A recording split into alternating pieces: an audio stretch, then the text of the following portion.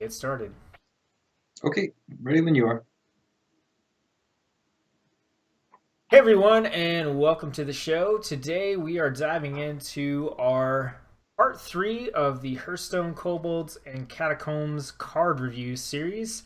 I'm your host Zuko, and I'm joined by my co-host Slicky. Hey, And we've got 41 cards today, revealed since the last stream. And we're going to dive into those pretty quickly here in our usual fashion. We're going to go neutrals and then go by class in alphabetical order. A couple of super quick news things. First off, just in case you had forgotten, everyone's going to be getting a free legendary weapon when Kobolds and Catacombs launches. The card reveal stream that's going to be the final stream with the cards followed by the quick dump of everything they didn't show on Facebook is going to be this coming Monday at 11 a.m. PST. So as of Monday afternoon, we will know all the cards in the set. Currently, we know about half the cards in this. So there's still a huge chunk of neutral commons that haven't been revealed. So I don't know if I'd expect too much out of that, but that's coming on Monday. And then they also announced officially that Kobolds and Catacombs releases on December 7th, which is next Thursday. And we're also going to get a bunch of free packs. So you will get 3 free packs for logging in. You'll get your random legendary weapon. And then there will be 3 dungeon run quests that will get you 1 Kobolds and Catacombs card pack a piece for a total of 6 free packs and a free legendary card. So, expansion starts next week. And I gotta say that I am pretty dang excited for this expansion. So, yeah, talk about that at the end. Let's jump into our first card here. Getting started with a couple of neutrals that they showed us. This is the Hoarding Dragon, a 4 mana 5/6 dragon. Death Rattle, give your opponent 2 coins. cool. Um, I like it. I think it's good. It's one of those cards where I feel like it seems pretty straightforward, but it's actually kind of complicated to play. Like you know, if you were to put that maybe in a Warlock deck, or not a Warlock deck, but if you're playing against a Warlock, you might want to play something like this because they might empty out their hand really quickly. You know, and they're just trying to draw more cards. Or, you know, they already have an empty hand, but you don't want to give coins to somebody who's going to be able to get tempo off. Right. Um, Like, don't and you give also don't, rogue combo pieces. yeah, don't give rogue combo pieces. Don't give it to, don't give quest mage combo pieces. Um, if you're playing against like maybe a token deck, you might be able to give them the coins, but against some other slower decks, you might not want to let them get that, you know, kind of tempo swing off of it. But I think it's good support because ever since they cut all of Blackrock Mountain stuff, it's hard to find a lot of dragon support for different things. Priest is the only one getting any new dragon cards though, so it's probably just going to see play mostly in Priest decks, I think. Yeah, I think if this was a battle cry instead of a death rattle, I think it would probably see quite a bit of play in either decks that don't care about giving your opponent 2 coins, or in mill decks where you want to fill up your opponent's hand so you can mill them. But because it's a death rattle, I honestly don't think that the stats are good enough to give your opponent 2 coins. Um, Well, I I mean, guess if you play it on curve, I mean, you might be able to get ahead, like, especially if you're priest, you might divine spirit it, and then you've got a 5/12. That'd be pretty brutal. yeah, maybe. I'm just very like iffy. Like at first, I wanted to like it, but then I thought about it more, and I was like, you know what? Giving your opponent 2 coins, like at that point, it's kind of out of your hands what they do with those coins. Not the same as getting like a Fell Reaver or something like that, where where you can kind of control like when do I trade this guy off and kill him, so I stop getting the negative effect from having them out there on the board. Uh, but I mean, at the same time, like this does have to die for your opponent to get the 2 coins. But I'm just not a fan of giving my overall. I agree with what you said that there are certain classes and certain decks that you'd be okay with giving the coins to. Like if you gave it to like a token druid or something, and they had already played out their entire hand.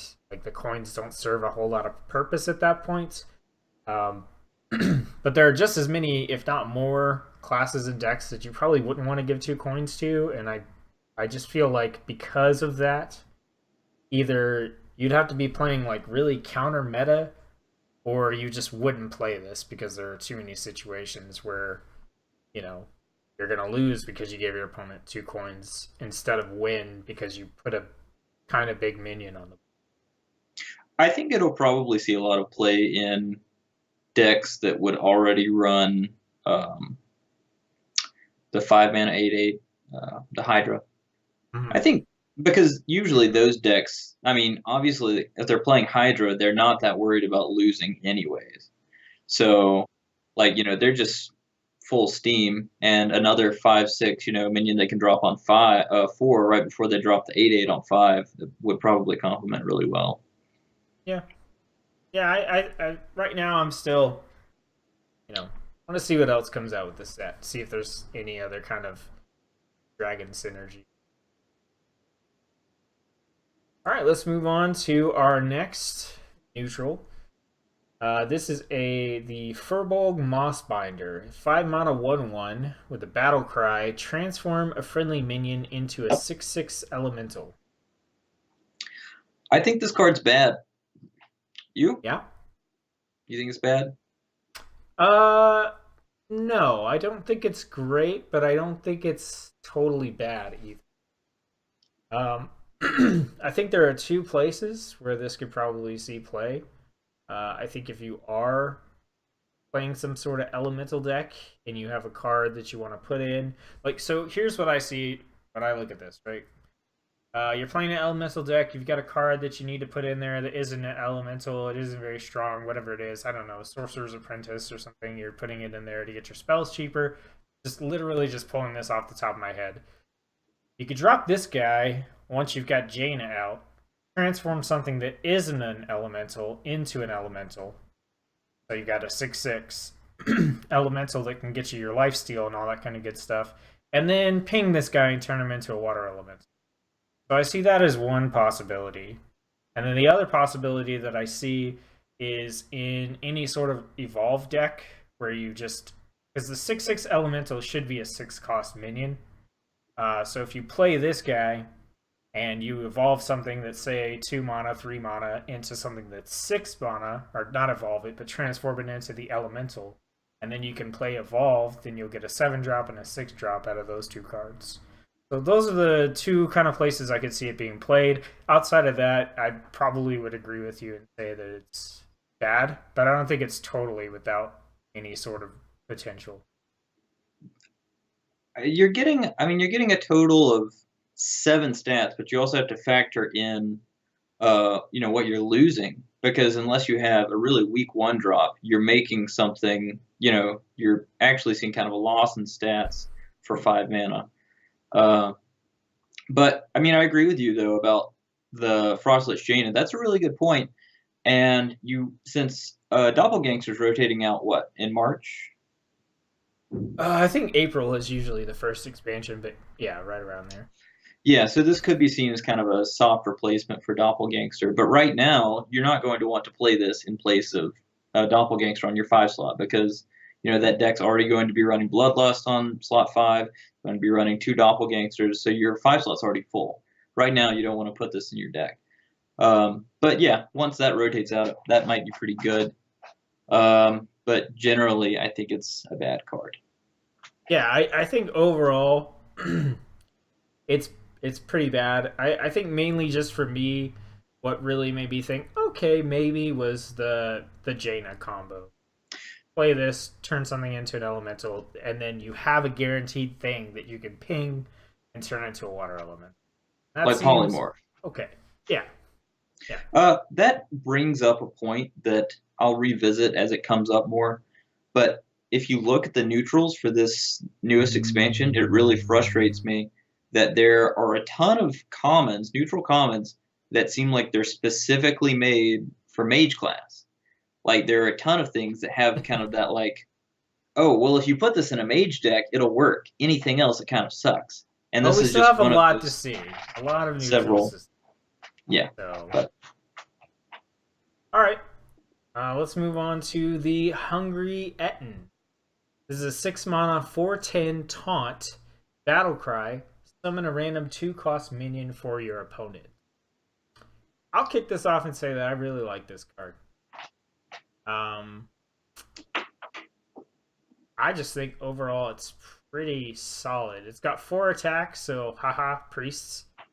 Um, the 2-cost minion, right? So you can get a variety of things.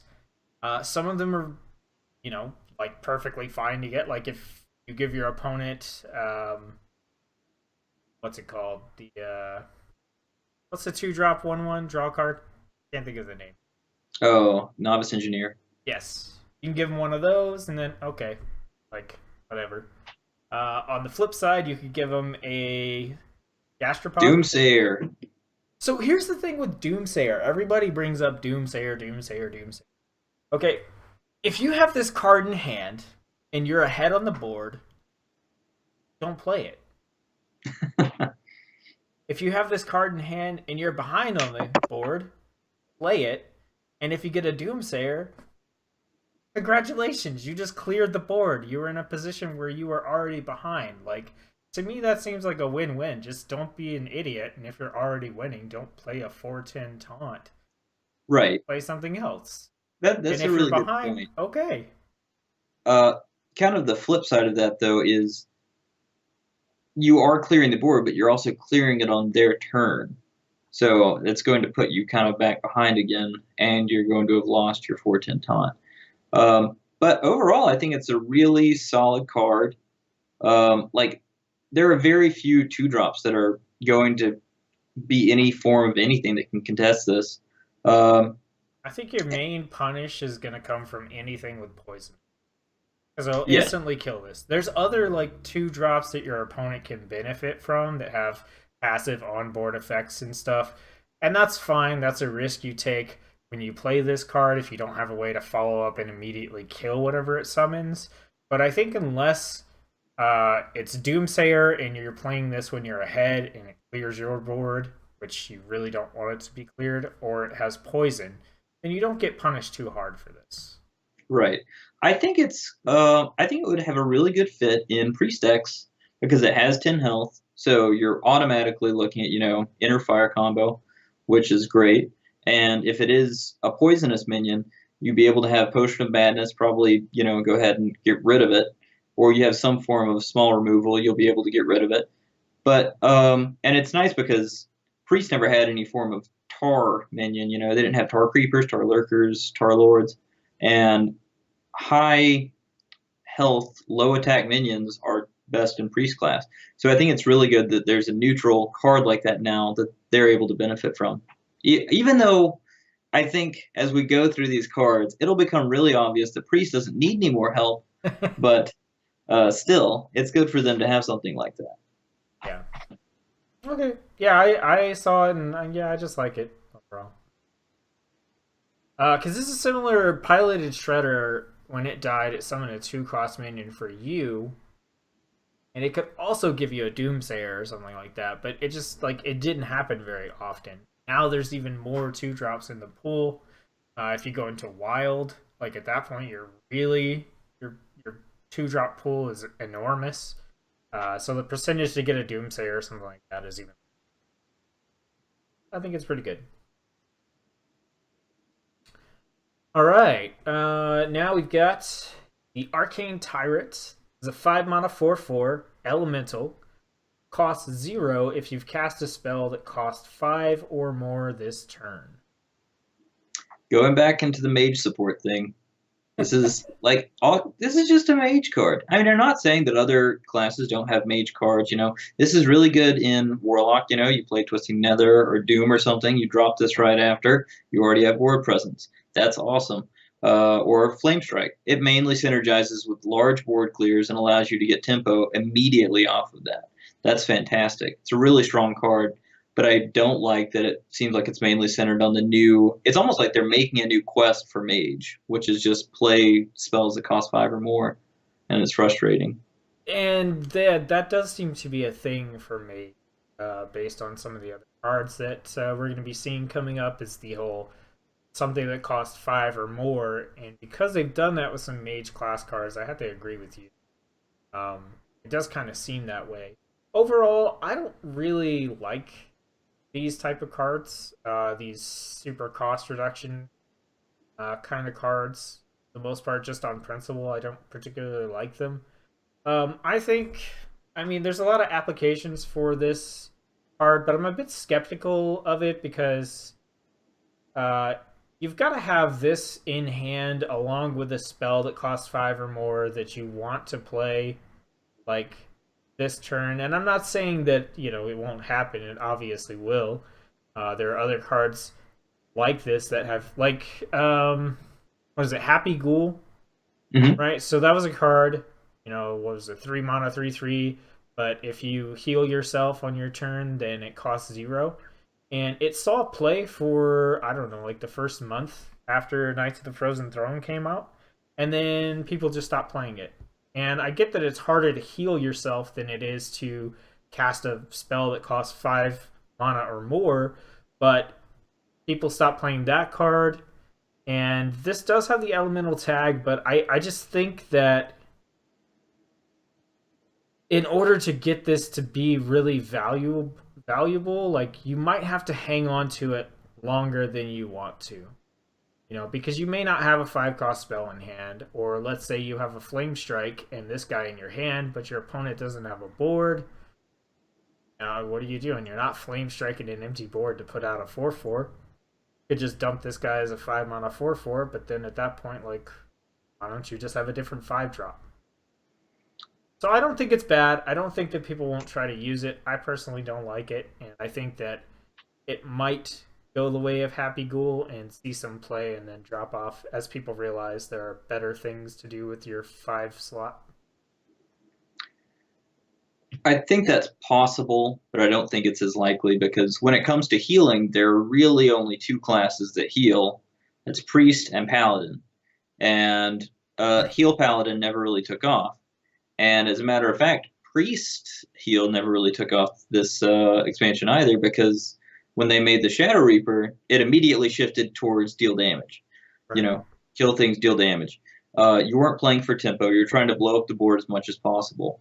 But I think, especially like this might be kind of fringe, and this is a bad example, but like Quest Mage, they play Blizzard, they play Flame Strike. Well, they don't usually play Flame Strike.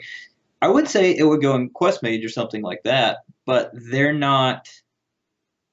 That deck is so full, There's not really anything you can replace in a Freeze Mage deck and make it stronger. Right. So I don't think it'll go in Freeze Mage, but I do think in a lot of spell-based control decks that this would have some really good application. Um, like I was decks that run Medivh generally are probably going to have big board clears, Okay. um, Yeah. and you're spreading plague, whatever, and then you can drop this too. You can play Spreading Plague, and then if you've already played Medivh Staff, you're going to get a 6 cost minion, and you drop Arcane Tyrant. Now you pretty much won the game, unless they have some massive board clear. And the elemental thing, that's not necessarily a big deal, but in any deck that would already run the 4/5 elemental thing, I don't think it's a stretch to say that a person would play a 4/4 that they might get for free when they were already running a 4/5 that had a good benefit. Yeah, But I mean, I see the applications. I'm just skeptical. the only thing that I don't like about it, now that I'm thinking about it, is if you're playing a bunch of big spells you're probably playing a control deck, which means you're going to be. I, I just feel like maybe you would empty out your hand a little bit too fast playing this card, but that's not necessarily a bad thing. I don't know. We'll see, but I think it's a good card. Yeah, and I'm skeptical. So we'll see. We'll see if when the rest of the cards are revealed, if we change our minds at all for the ratings stream that we're gonna. All right, another one here. Spiteful Summoner, 6 mana, 4/4. Battle Cry. Reveal a spell from your deck. Summon a random minion with the same cost. I think we already reviewed this one. Yeah, I don't think we did. Mm, Did we? I thought we did. Does it have like a reveal date on it? 4 days ago. November 24th. We haven't done this one.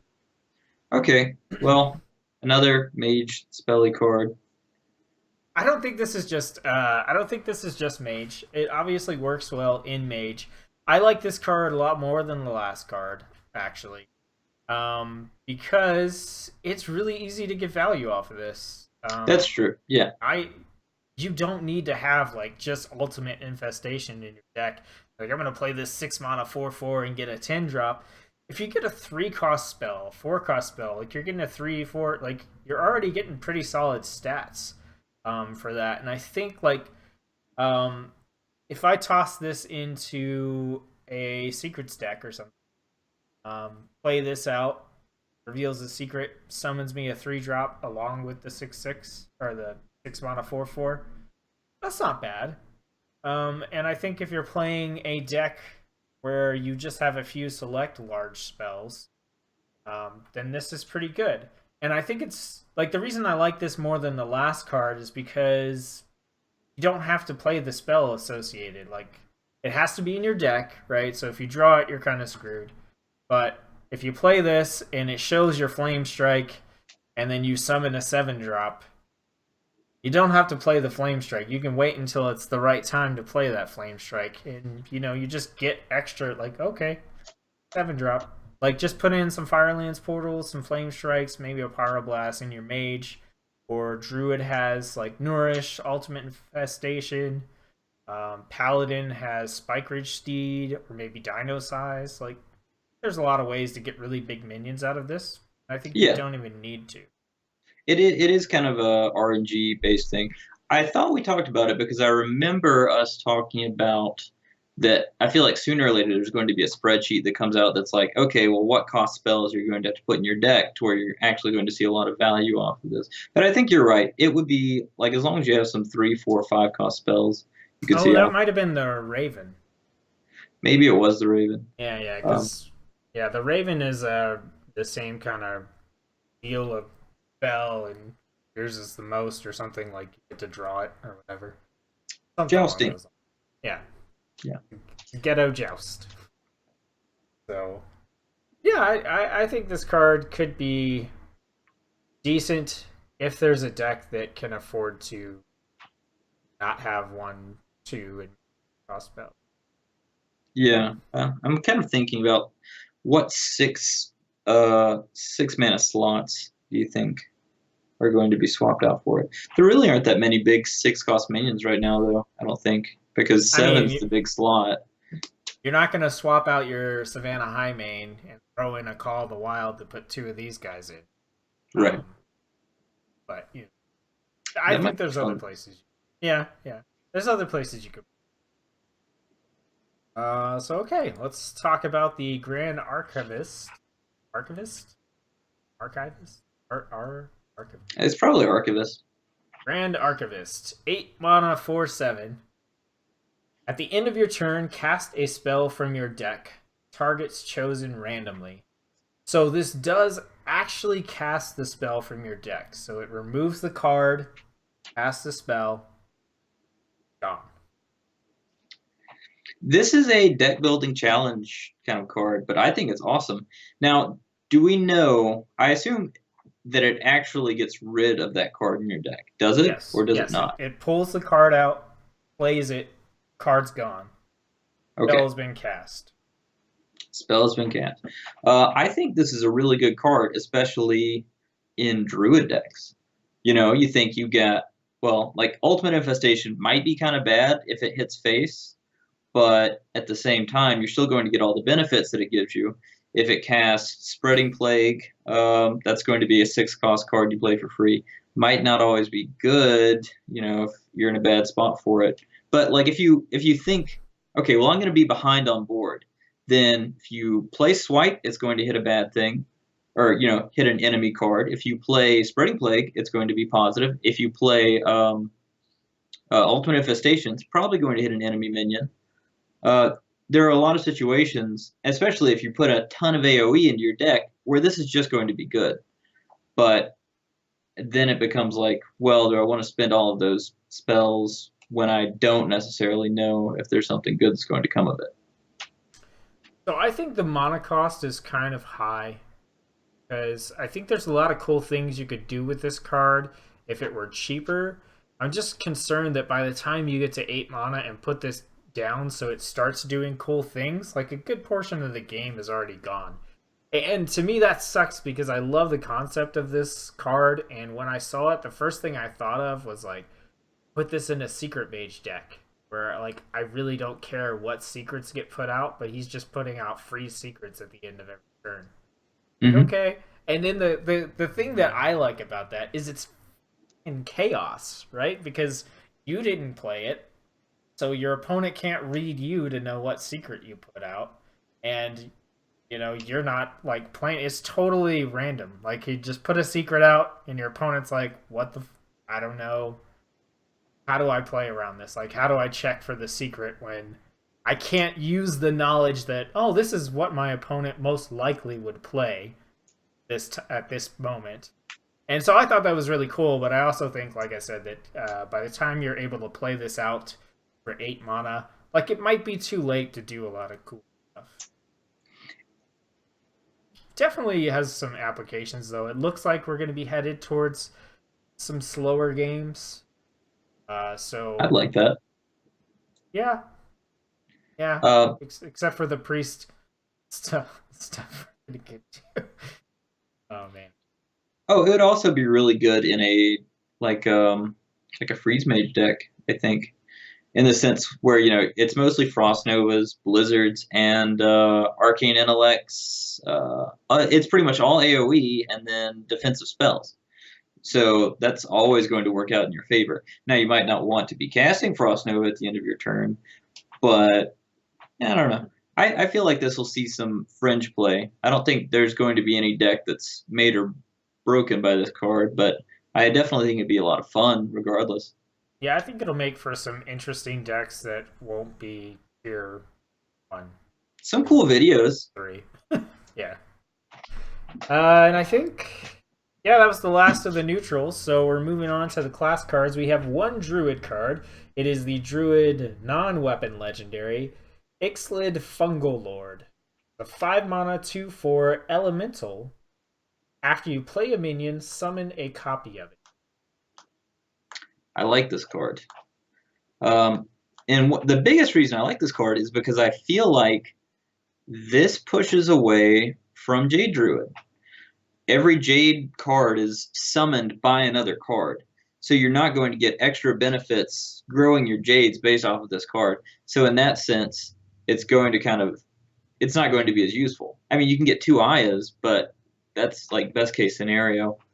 So it kind of detracts from that archetype by giving support to other archetypes. Now, it might be really powerful in like Big Druid, but at the same time, if you play it in Big Druid, then you have to wait an entire turn before you can drop something. Unless you play it with, like, I don't know, maybe Twig of the World Tree or something.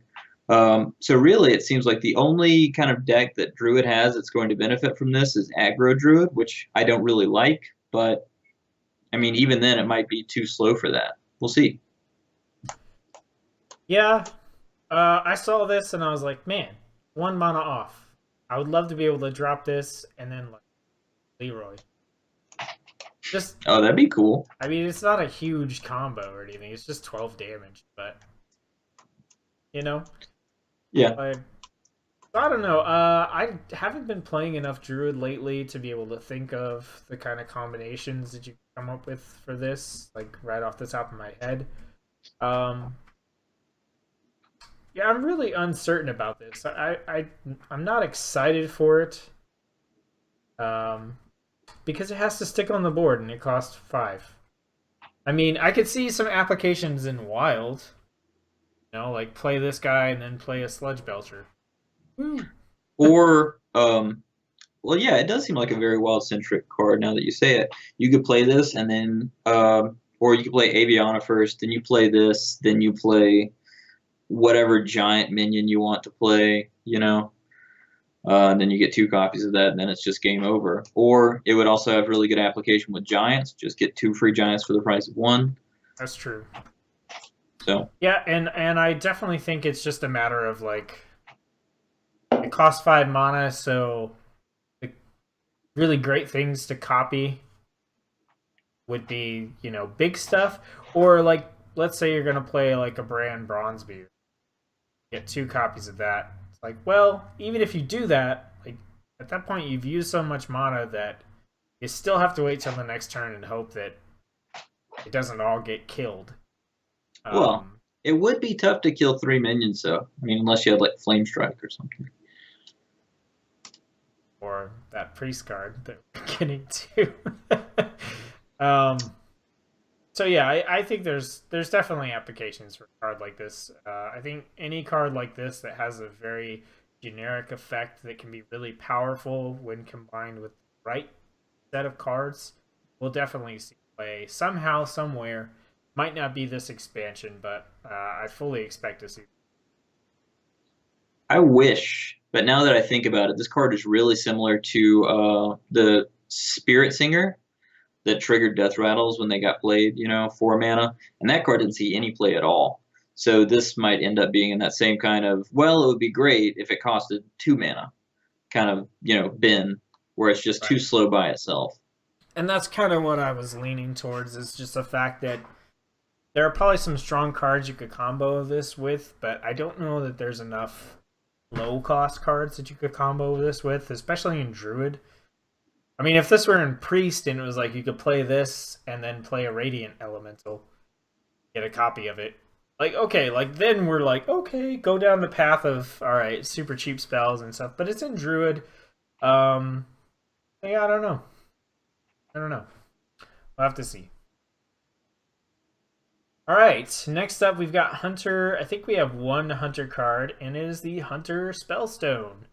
So this is the Lesser Emerald Spellstone. It's a 5 mana spell.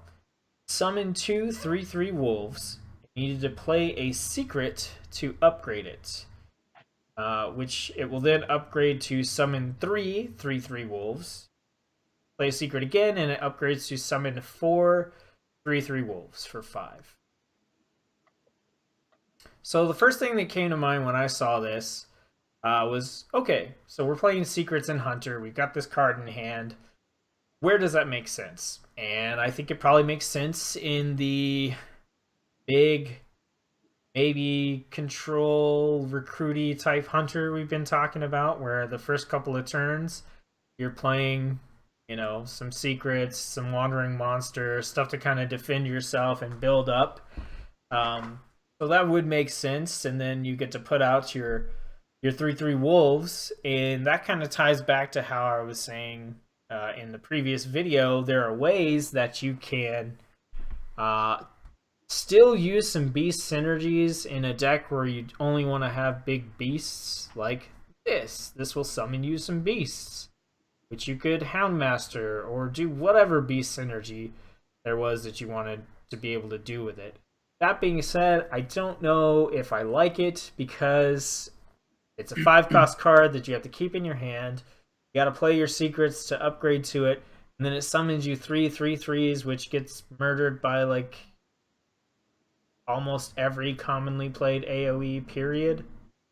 So Yeah, in the current meta, I don't think it would see any play just because Priest is so big right now. You play this on turn 5, then they play Dragonfire on turn 6.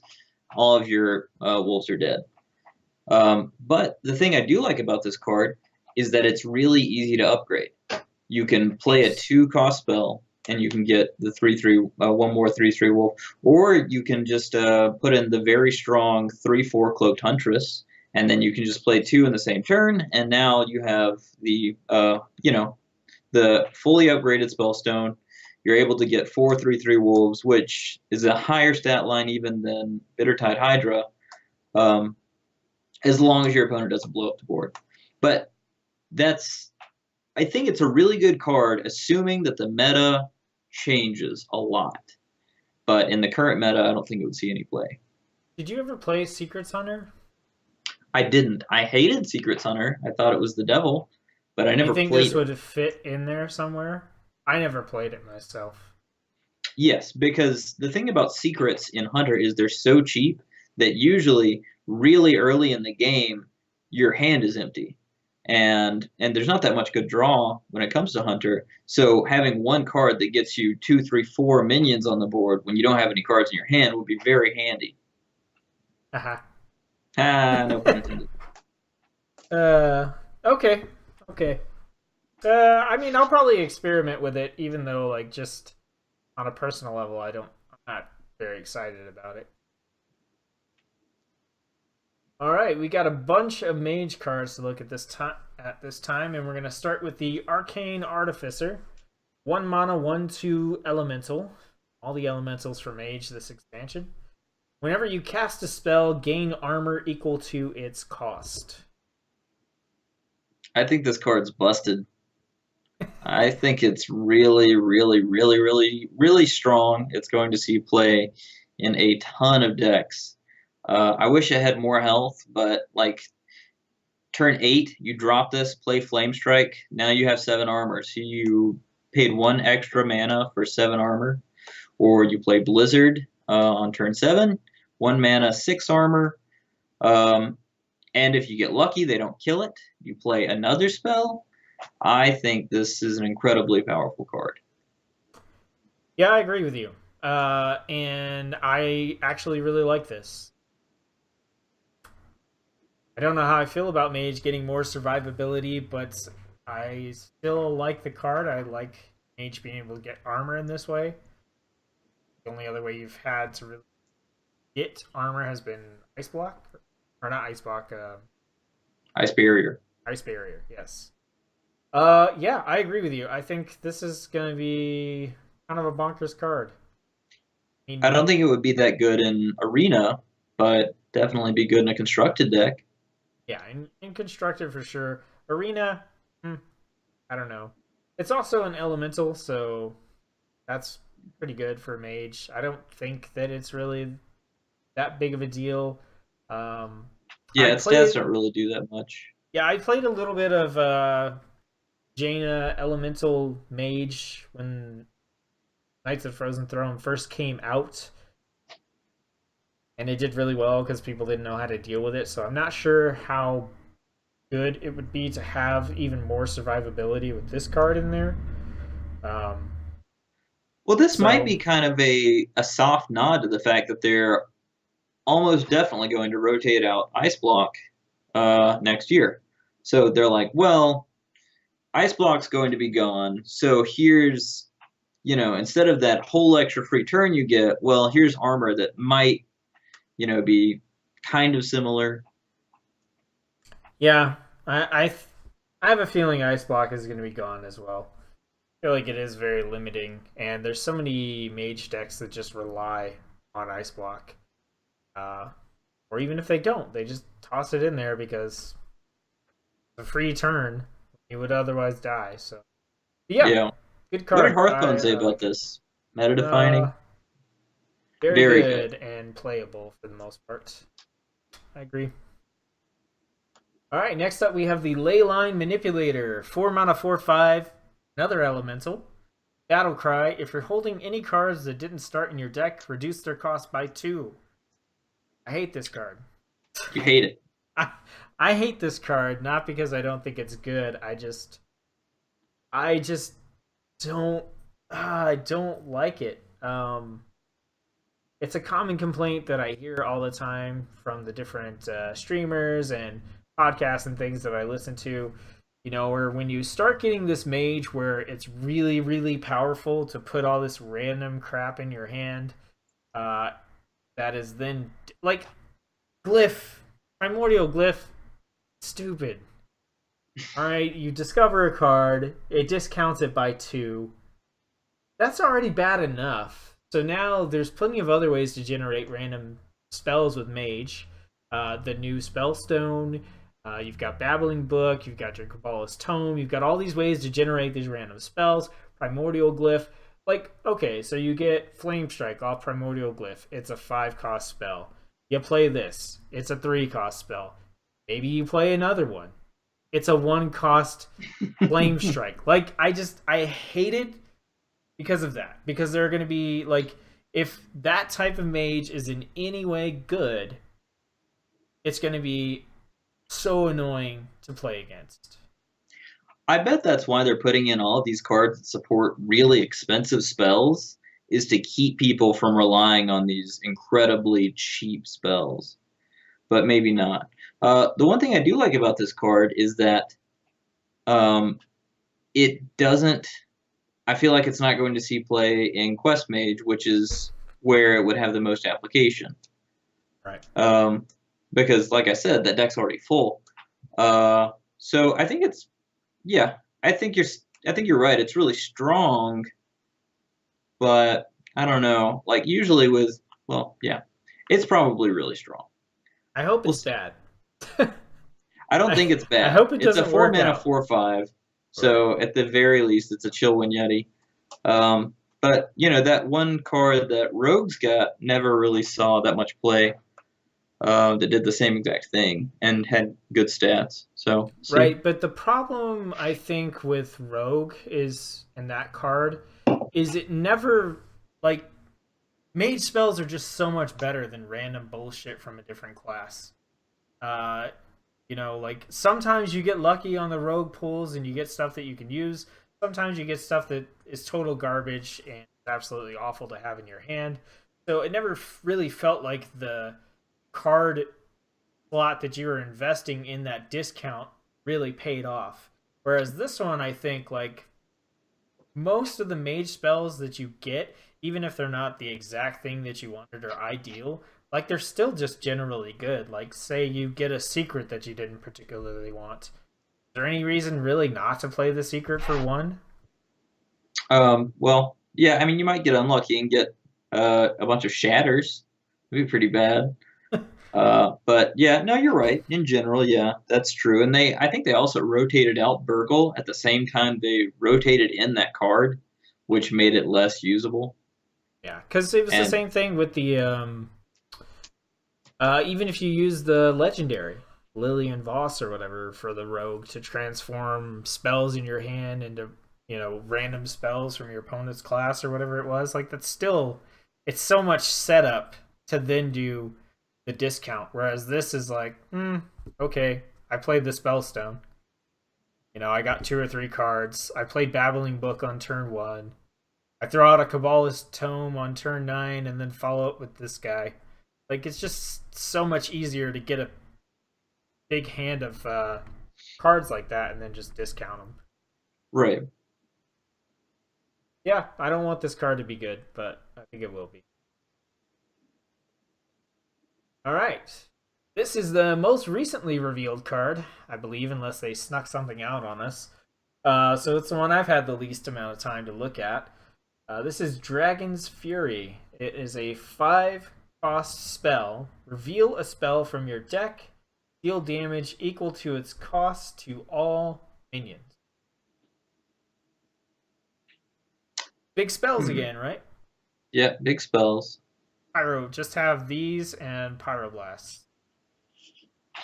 But yeah, I mean, I guess you could. I'm not saying that's a legit strategy. I don't know. I don't. They're trying to shoehorn Mage while at the same time giving busted cards for the non-shoehorn version. They're trying to make Mage run all these really big spells, and then they're throwing in support for random spells? Like I don't understand what their game plan is here. Are they trying? I don't get it. Well, I think they're doing what they do most expansions. Like they choose a couple of classes that they're going to push a particular archetype on. They choose a couple of classes that are just going to spread things out everywhere or give weird new stuff like Free Shaman and Knights of the Frozen Throne where you just go, "What are you why?" And then I think the other is a mix of a couple of archetypes where they just kind of toss stuff in. They're like, maybe it'll work out in two expansions, you know? Like, and I feel like Mage is in that spot where they're getting some what seem to be fairly good cards for some archetypes that I don't know will be viable, right? Like when this expansion comes out. But because they're not garbage cards, it probably wouldn't take too much to make them viable. I don't know. As far as this card goes,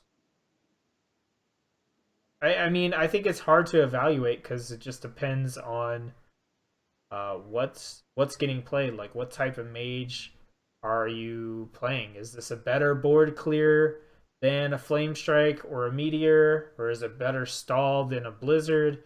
Because it hits all your minions, so like you're not playing this in some sort of tempo mage or aggro mage where you want to have your own board.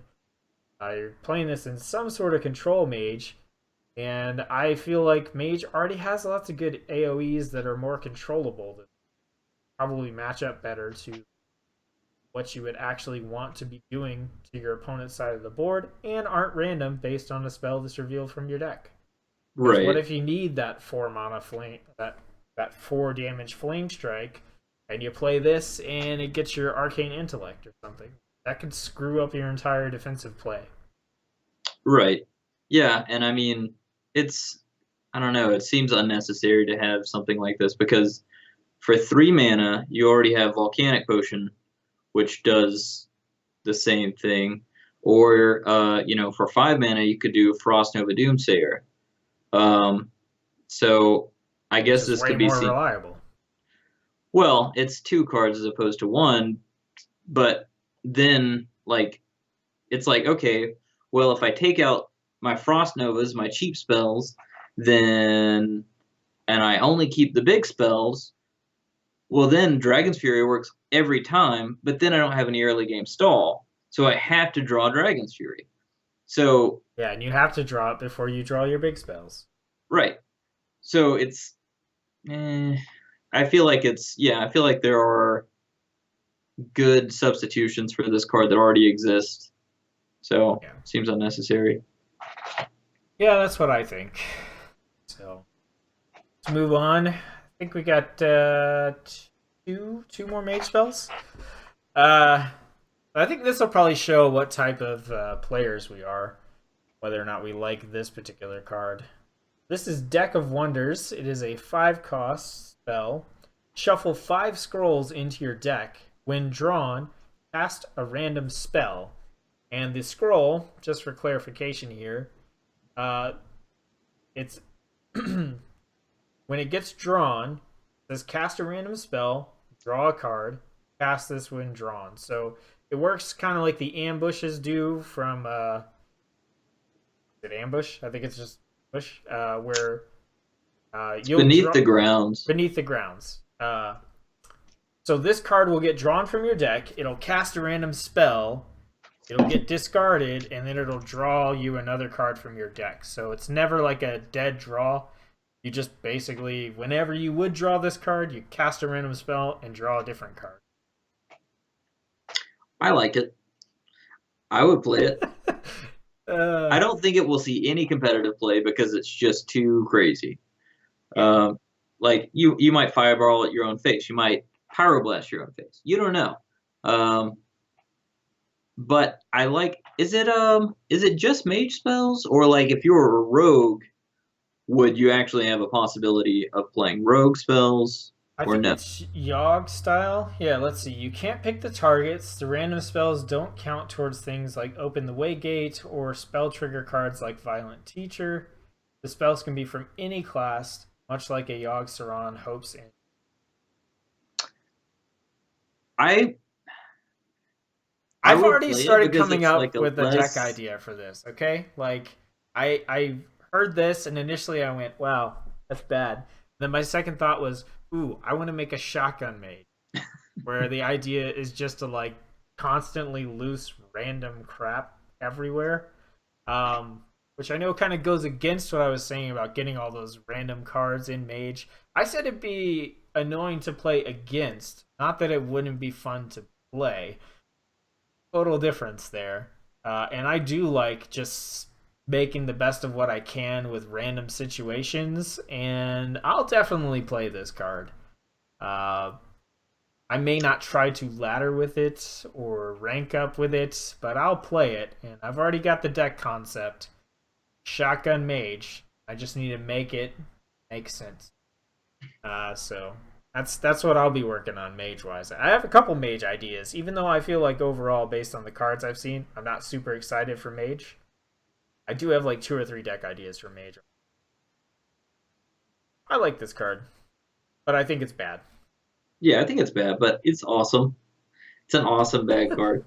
Uh, There's a yeah, similar card we'll talk about later, which I also am really excited about, but also think is really good. Get to that one. I would definitely draft this in arena just because if I play as warrior and I see explore and Goro, I pick it every single time. Or if I'm playing as warlock, I always pick renounced darkness if it shows up because like you have to be willing to throw your hands up sometimes and be like, we'll see how this goes. You know, I think it's fun. Okay. And let's talk about what I believe is the last mage card here. This is the mage non-weapon legendary Dragon Caller Alana. 9 mana 3/3. Battle Cry. Summon a 5/5 dragon for each spell that you cast this game that cost 5 or more. So I I like that think it costs 9 mana, right? okay. Because that gives you time to play the spells that cost 5 or more. So you're not feeling like, oh, I need to play this card now. It's like, it's 9 mana. The stat line's garbage. Right? 3/3. And at most, you could summon 6 dragons, right? Because that's your board space. Right. So, uh, yeah, I don't like it. I don't know. I just don't like the idea of. I don't like the idea of the high cost mage spell stuff. I Yeah, want to they're really see. pushing this control mage. What I want to see is like how many. So currently, we've got one common left for mage, but so far we've seen they've added 2 cards that cost 5 or more for mage this expansion. One is Deck of Wonders, which is not going to get played in anything competitive. So rule that one out for Dragon Caller. And then Dragon's Fury, I don't know, I'm skeptical about it. So you're really just looking at the pool of cards that already exist. Well, you'd probably play Dragon's Fury if you're playing 2 Flame Strikes and 2 Blizzards. That's Um, true. but I think this card should be an epic. I don't know. Like it's just you stall and you stall and you stall and you stall and you stall and then you drop this and you get 4 or 5. I don't know. I mean, it's okay. It's not bad, but I don't think it's like game ending. It if you have a big AoE, well, I guess you can't really clear it with Dragonfire Potion, but there's a certain priest spell that's coming out where you could clear it very easily. But yeah, I don't know. You just you stall and you stall and you stall and then you drop this. I guess is kind of the whole concept they're going with. But this gets into the whole them building the deck for you thing, which I hate. Yeah. If you play this card, that's like 10 slots of your deck that are just gone. That's 2 Flame Strikes, 2 Blizzards, 2 Firelands Portals, and this. So that's 7 right there. And you're probably going to have more just in case you don't draw all of those. And I don't like that. I don't like you forcing me to put certain spells into my deck. It's really annoying. I'm building a whole archetype just so I can run one specific card. It's terrible. I feel about this card kind of the same way I feel about the Warrior Spellstone, where there's a lot of work and build up to get 5/5s on the board that don't do anything special. I'm still waiting for them to put out a card that does something with dragons that are on the board. Like give all your dragons +1/+1 or something like that, because like as of right now there's nothing that does that for dragons. Yeah, the Um, Mal'Ganis of dragons. That'd be cool. yeah, because at that point then you're looking at this going, okay, I summoned a bunch of dragons and then I can do this with them. But even then, like these are just 5/5 dragons. They don't do anything special except they survive Dragonfire Potion. Um, so I don't know, and it always comes down to like, is there something better you can do on turn 9? Alex Raza. Like, there's a lot of things you can do better on turn 9. So yeah, I'm very underwhelmed by this card in particular, and I think the last I was much more interested in the last Mage Legendary, Sinjosa, which turned out to be not great. I don't know. I've gotten almost every Mage Legendary from opening packs, so I hope I don't get this one. I think this is a good card. I just don't like it. I think it's good. I don't think it's fantastic, but I think it's good. Right, and usually good isn't good enough. Right. Gotta be like Yeah. disgusting. People are So, still going to play Alex Raza on turn 9 and burn your face up. all right, moving on to the Paladin cards. I think we have 3 of these. So the first one is Call to Arms. It's a 4-mana spell. Recruit 3 minions that cost 2 or less. I really like this card Me personally. too. But like I like this card. I'm not going to say that it's good, but I like it because it fits in with my playstyle. I was a really big fan of Hand Buff when it came out. I specifically crafted that quest and I played Hand Buff and I had pretty good success with it. But specifically because when you play a card like this, or the big strength in patches is that you're thinning out your deck to where you're drawing specifically what you want to, and you can get some really good stuff doing that. So I'm not sure exactly what minions you'd want to run in your deck, but you'd be So able. what I've seen people say as kind of like the ultimate combo is 2 Dirty Rats and Millhouse Monostar. That's pretty good, but if you draw Millhouse, Right. okay, But that's like the dream, is what people are saying, right? But yeah, I think it's good because you thin your deck out. Right? You can. This is I think a more preferable type of deck building where it's like very generic. So yeah, they have to be 2 or less, but it's whatever 2 or less you want. So if you just wanted to put like 2 boars in there for charge ping damage or something, you yeah. could. Or Um, if you have, like, let's say you have 4 1 and 2 cost minions total, and you don't actually draw any of them. Okay, well later on in the game you're going to end up drawing them on accident. But if you just put 1 copy of Call to Arms, you're going to get rid of most of those. You're not going to end up with a bunch of crappy small minions late game. And I think that's always handy to go ahead and get those low cost minions out of your hand. So it actually might be pretty good in Arena too. yeah, and I really like the card art for this one. I can't really see it. Is it a bunch of little guys fighting a dragon? Yeah, yeah, it's like a party or a guild or something fighting a dragon. Pretty cool. Um, okay, yeah, I like that card. Move on to the next one. This is the Paladin Legendary Weapon, Valenier. 6 mana, 4/2. As a Death Rattle, give a minion in your hand +4/+2. When it dies, re-equip this. So the minion dies, you get the legendary back. Equipped, not to your hand, so it automatically gets equipped. And when this goes away, you will buff a minion again, and it'll just cycle infinitely if you are able to chain it that way. So since you mentioned really liking hand buff and playing it, go ahead and take it away. I really like this card. I I don't think that you could really say that this is bad. I mean, it is a little bit slow. 6 mana for a 4/2 weapon. That's not great, but with a card like Tyrion Fordring, you play this, and then turn 8 you play Tyrion Fordring. You get your weapon back, or like maybe you don't use your weapon a couple of times. Then Tyrion Fordring gives you another weapon. This thing buffs something in your hand.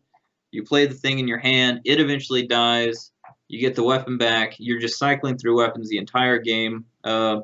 Breaking this weapon, then equipping a different weapon, then this coming back, and so on and so forth. I think once you get this in your hand, unless you're pretty much just going to have tempo for the rest of the game. You're going to be constantly getting 4/2 buffs on your minions, and since Paladin, the way Paladin works is almost exclusively effects on cards and not just generically strong cards, your opponent isn't going to have enough silences to keep you down. You're going to outpace them with having tons and tons of buffs on all of your cards. So I think this is it's a really slow but really great effect. Yeah, I haven't played a whole lot of hand buff Paladin. I've played some. I do think that this is a little bit tricky to pull off, but I do think that it's pretty solid because weapon removal doesn't really work on it. That's a big thing about it. Is like, people are going to have to keep putting Oozes or Harrison Jones in their deck, and this is a hard counter to that. What I've actually been thinking lately is that what might actually become popular, Hey Shaman, is freeze, because you can't always break a person's weapon because it might be bad. It might be more beneficial to just stall them out by freezing their face with something like Glacial Shard, so that way you can keep them from using their weapon up. Prevent those Twig of the World Tree combos. Some freeze, because they can't break the durability. Or they can't get it down in time. I mean, even if you throw off that combo by like 1 or 2 turns, I mean, that could be pretty devastating. Right. Yeah, especially if you can like see it coming, And oftentimes with Druid you can, because they'll ramp right up to 9, and you'll see what they've got in their hand. You know it's about to hit you. So I think it's probably pretty good. Because they're probably not going to want to play like Ultimate Infestation while they have Twig of the World Tree, and them not be able to use Twig of the World Tree on that same turn. So if you freeze their face, then they can't break their Twig of the World Tree on the next turn. They just have Ultimate Infestation sitting in their hand. They're like, well, I can't use it now, so and then you might get a whole free turn out of it. They can always break it with Medivh if that's the play. Like, freeze doesn't prevent that, but outside of that, yeah. But yeah, I this weapon I think is one of the better weapons purely because you don't really have to worry about the weapon removal.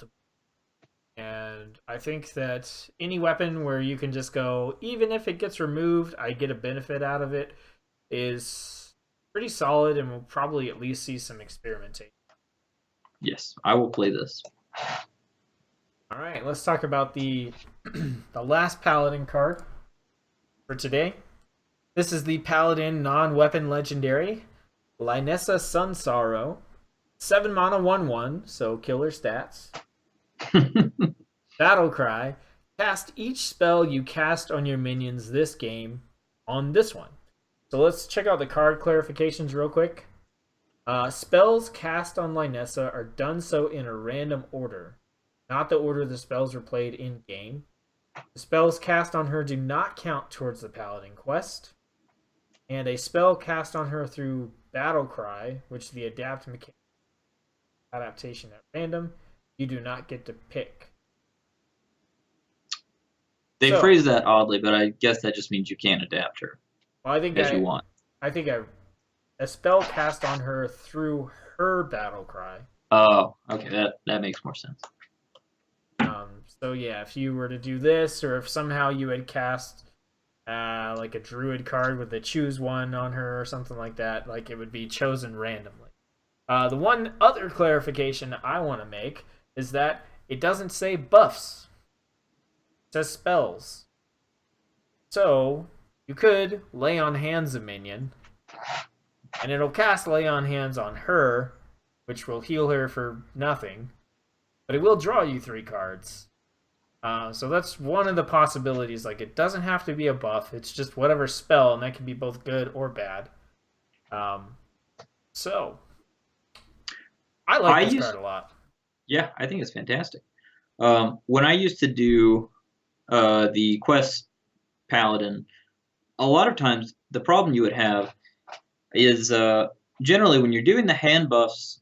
Well, generally when you're doing not hand buffs, but when you're doing buffs on your minions once they hit the thing, you have to have small minions and you have to have small spells, so you can kind of do both. But then you run out of cards really quickly. So it's really handy, like that last Paladin card we saw, or the one before last, the Epic that recruits 3 minions. You get them all on the board. It's really handy to do that because then you can draw your little buff spells. You can play them on your minions. So it works out really well with Quest Paladin. I'd like to see that get some more support, but I think all in all, Lanessa Sunsorrow, really solid card because if you just play one Spike Ridge Steed, you're getting good value out of this card. It's a 7 mana card, which is essentially a dude that you're playing Spike Ridge Steed on, which would cost you 8 mana anyway. So if you play any more spells, you're still getting value out of this. And like you said, you could play Lay on Hands. I used to do that with my little, Vorax, and I get my little guy, and then I draw 6 cards.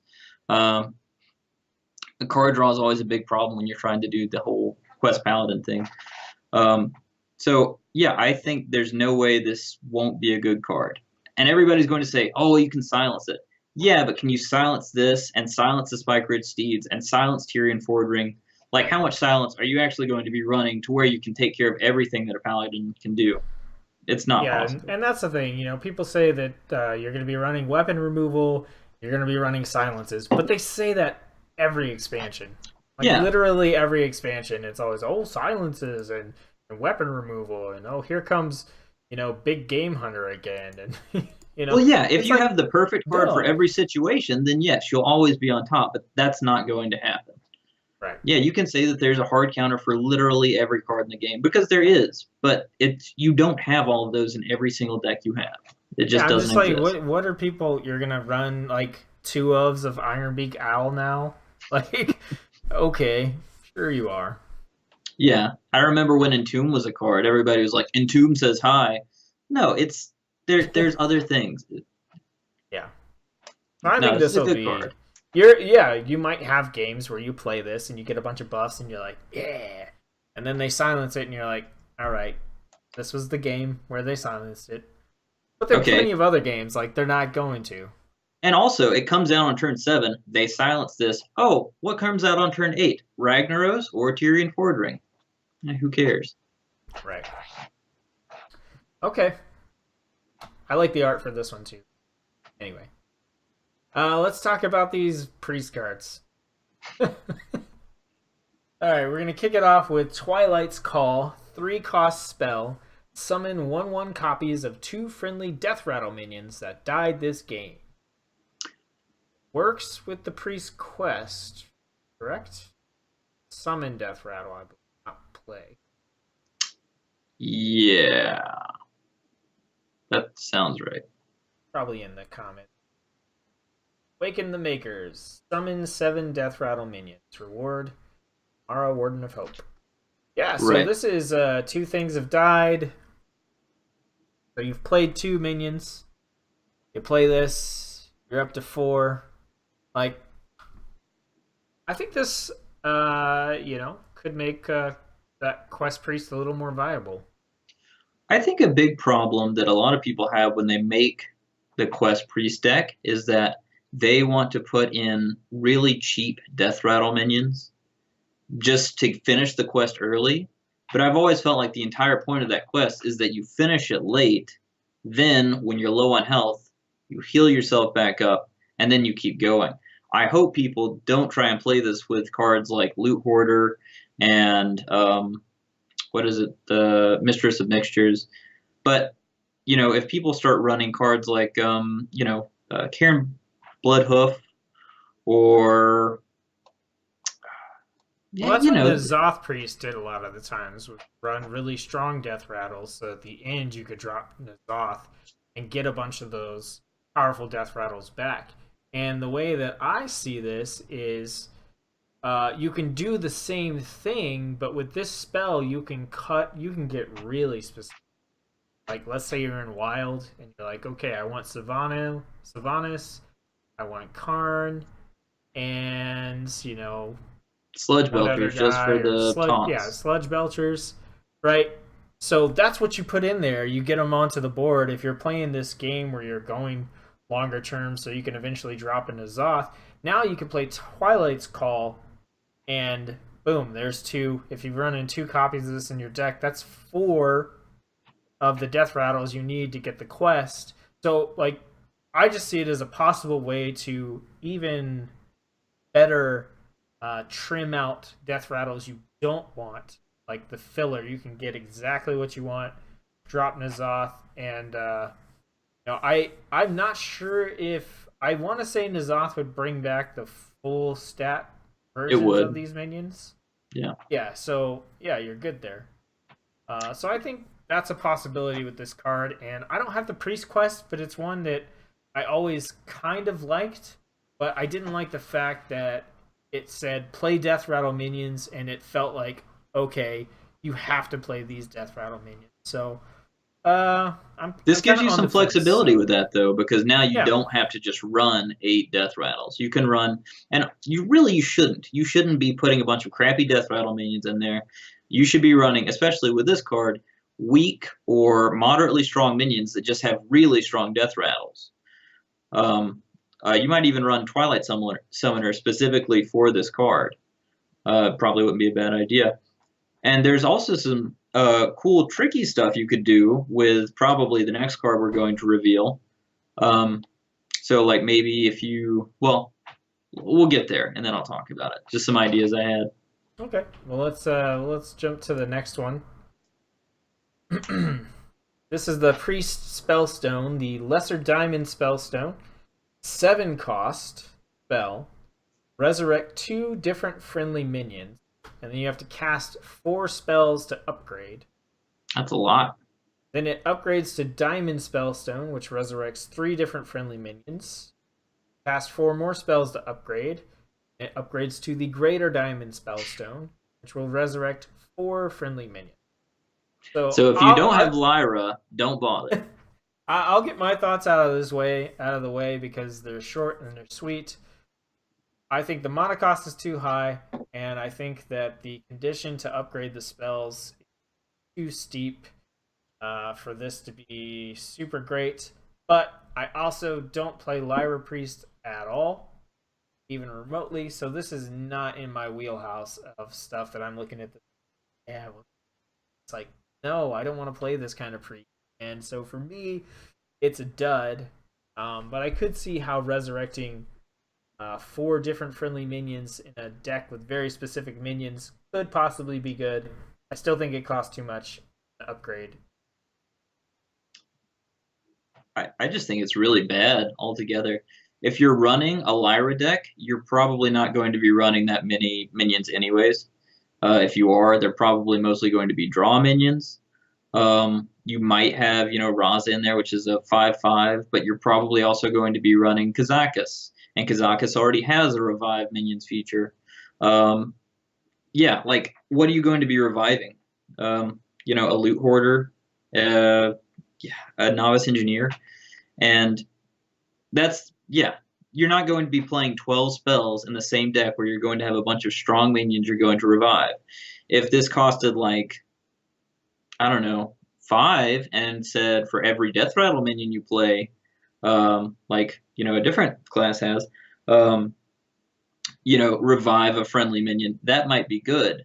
But you're not going to want to revive 4 weak minions for 7 mana in a deck that focuses almost solely on weak spells. It doesn't make any sense. Yeah, and just for clarification, I thought about bringing this up, and because you did mention it just now, unintentionally, it's easy to think of these spellstones as, and I'm not like trying to call you out. I wanted to make this point, and I just forgot about it. it's easy to think of these spell stones and go they have 3 tiers, so that's 3 triggers, but it's not actually the case. They have 2. So they start at level 1. You play Right. 4 spells to upgrade. It's level 2. You play 4 spells to upgrade. It's level 3. Same thing with the druid armor, because this is one thing that I was thinking of. I was like, oh, okay, so you gotta gain 3 armor 3 times, and it's like, no, you have to gain 3 armor 2 times. Like once I realized that, I was like, oh, okay, this is even better because yeah, gaining 3 armor 2 times in druid, whatever, seems easy enough to me. So I just wanted to point that out because whatever reason you mentioned 12 spells for, just Right. reminded me that I wanted to make that point. Yeah, mistake. Yeah, but still 8 spells. Still too expensive. And then you're going to have to pay 7 mana to revive 4 minions. It's not great. Earthpone thinks that it's good Very to good. playable in Big Priest. I could see that maybe. And Big Priest, I guess it would be good just for the tier 1. Well, I guess they run a lot of early game removal. Yeah, I guess that would work. Well, I didn't even think about that. Yeah, maybe it is really good in Big Priest. No. Just it's Can you not it, afford to hold on to this long enough to upgrade it though? Like, well, you're blowing up the board with Big Priest when you're not playing Barnes, I think pretty much every time, but you might upgrade it once, I think. Probably. That's about yeah, it and though. that is a 3 minion resurrection. I mean, it does Yeah. start out at 2, so So yeah, then you're looking at probably 3 copies of that 4/8 blow things up. That's pretty good. the obsidian statue. Yeah, I hate that Yeah, card. yeah, I haven't played a lot of priest in Knights of the Frozen Throne. I could see that. I just don't have I don't have any of the cards. I don't have Kazakus, Raza, Anduin. I don't have any of those cards, so that's not a deck that I get to play or experiment with. I know that's not Big Priest, but just just saying, because I'm lacking a lot of those, I just didn't gravitate to Priest. So, okay, let's talk about this card. You talk about this card. Psychic Scream. 7 mana spell says shuffle all minions into your opponent's deck.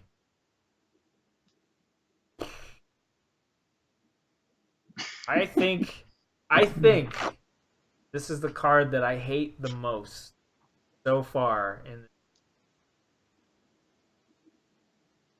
and I was listening to Value Town podcast. Uh, Raven was on there and he was saying, I liked his analogy. Like, this is when you're in the grocery store and you overhear a parent with their child, and their child is just like, can I get this? Can I get that? And the parents are just like, no. And this is like, you're building up your board, and the priest just goes, no. Whatever you're doing, just, nope.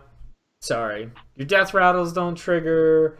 Like, nothing happens. Like, all your stuff, whatever you're doing, your stealth minions that I normally can't touch, your, untargetable by spells minions, the cool death rattles you're waiting on, all the crappy minions that I've played, like tokens. I just put out garbage tokens. I play Doppelgangster for some reason. I have a bunch of, what are they, 5 mana 2/2s.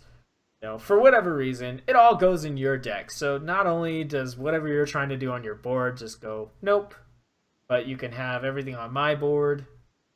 Might be crappy. You have to redraw everything. Like, it just, I hate this card. I hate it. Yeah, it's really good. It's really mean. It's really good. It is.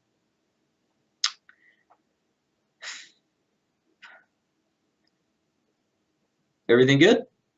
Yeah. Okay. It's it's really powerful, and I don't really think Priest needed any more help with AoE with clearing the board. It seems unnecessary to me. Well, everyone keeps saying that, hey, Dragonfire Potion is going to rotate out, and I get that, but the thing that I'm thinking, like, okay, Dragon Priest is gonna be gone, Raza is gone. I like to play Wild. None of that shit's gonna be gone. Like, it's just gonna be even worse now because of Psychic Scream. And Wild right now, even though I haven't played much, I keep tabs on it. And Priest, freaking Rizaka's Priest in Wild is just dominating everything, and now you give him Psychic Scream. Like, okay. Uh, One cool thing you could do with this, even though, yeah, it's already busted and it would be stronger in other decks, but you could use it as a treachery type effect with also the Death Rattles we were talking about. There's a card that summons the 1/1 copies of Death Rattles you played that game. Well, if you wanted to, you could put in two things like the Bomb Squad or Taking Abomination. Taking Abomination, or just generally cards your opponent doesn't want to have in their deck. The Heal Bot, the Broken Heal Bot. And then when they draw those things, they're just kind of like, okay, do I play this or do I not?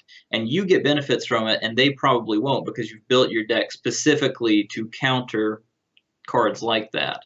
So you're killing their draws at the same time you're making them not want to play the things that they have in their hand. So yes, it's just a really frustratingly good card. There's all kinds of applications for it. Yep. So, yeah, we'll see if priests continue to reign supreme.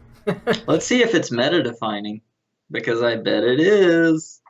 Oh. Oh man. All right, on to Rogue. Some exciting stuff in Rogue. Overall, I'm just excited about Rogue. I was hoping that Knights of the Frozen Throne would be good for Rogue. If you go back and look at the cards they put out for Rogue and Knights of the Frozen Throne, it's really sad and depressing. But I'm excited about this this expansion. So we got the Elven Minstrel, 4 mana, 3/2 combo. Draw 2 minions from your deck. I think this is awesome. I think this is, it's just like we were talking about with the Paladin card. Getting minions out of your deck increases your draw quality. So, like right now, I'm playing a lot of Miracle Rogue, and even though they're probably going to take away Gadgets and Auctioneer, it's really fantastic to be like, when you get on that Gadgets and Auctioneer train and you're just playing spells and spells and spells, when you draw a minion, it's like, oh, okay. Well, I guess I have to take a break. And then they just kill your Gadgets and Auctioneer. You play something like this, you're thinning out your chances of that happening, or just pulling your Gadgets and Auctioneer if you want it, so you can make sure you have it online when turn 6 comes around. And, if you're playing a lot of cheap spells, which you usually do in Rogue to keep early game control, oftentimes you run out of cards in your hand by turn 5, turn 6. So having something like this where you can start sticking more things to the board is really handy. I think it's just a very good card in general. Yeah, I think that the bundling effect on this is what makes it pretty strong. Because of the fact that you're going to draw 2 cards. They're specifically going to be minions, but you're also putting a body on the board. And I think having all that bundled together is what makes this card super strong. Because rogues have things like Thistle Tea, which I've never been a big fan of, which allow them to draw cards. They have Sprint, which in the right deck is okay, but a lot of times feels way too expensive. So to give rogues a 4-cost card that puts a minion on the board and has 2 card draw and can be specific, fishing for minions that you want, or just trying to get the minions out of your deck because, like you said, you want to play Gadgets and Auctioneer. I think that's just really strong, and I think that this card could see a significant amount of play in types of. It's also kind of anti-tempo, so it's probably not going to see play in any rogue tempo decks, because you don't want to be dropping this on 4 if you can help it. You want to be dropping something stronger. But in general, I think it's a really good card. Yeah, me too. All right, next we have the Rogue Spellstone. This is the Lesser Onyx Spellstone. It is a 5-cost spell. Destroy 1 random enemy minion. Play 3 Death Rattle cards to upgrade. It becomes the Onyx Spellstone, which destroys 2 random enemy minions. You play 3 Death Rattle cards to upgrade. It becomes the Greater Onyx Spellstone, where you play, where it just destroys up to 3 random enemy minions. So base level, it's a untargeted assassinate, right? So just on that level, I think I'd rather have an assassinate, right? Because you pick what you want. I don't like play 3 Death Rattle cards to upgrade. Just me personally. That's 3 cards you have to play in Rogue. I know there's Roll the Bones, but that could draw you a lot of Death Rattle cards potentially. But I feel like in Rogue, like you're gonna make better use of your cards than just playing them out to try to upgrade this. And even if you do have good Death Rattles that you might be playing anyway, I just think that this will force you to consider playing those Death Rattles just for the sake of playing them more often than you would really want. I feel like all of the spellstones, to a certain extent, kind of pigeonhole the decks. This one's no exception. But I've already been really excited about Death Rattle Rogue with this expansion. I think I said in the first video that I feel like this is going to be the expansion that specifically deals with Death Rattles. And I thought it was going to be nice with the Frozen Throne, but when you look at the new Kobolds, whatever it's called, that summons a 1/1 copy of a minion from your deck, when it dies, that's a Death Rattle card. And it synergizes very specifically with Death Rattle cards. And then when it comes to Rogue, they already have the Jade Swarmers, so this synergizes with the Jade Swarmers. I think mainly what you're doing with this is you're playing a tempo-based Death Rattle deck, and then this card is supposed to be your kind of spell support. Whereas usually rogues kind of rely on spells early game to keep tempo, where now there's Tempo Rogue, which actually uses a lot of minions.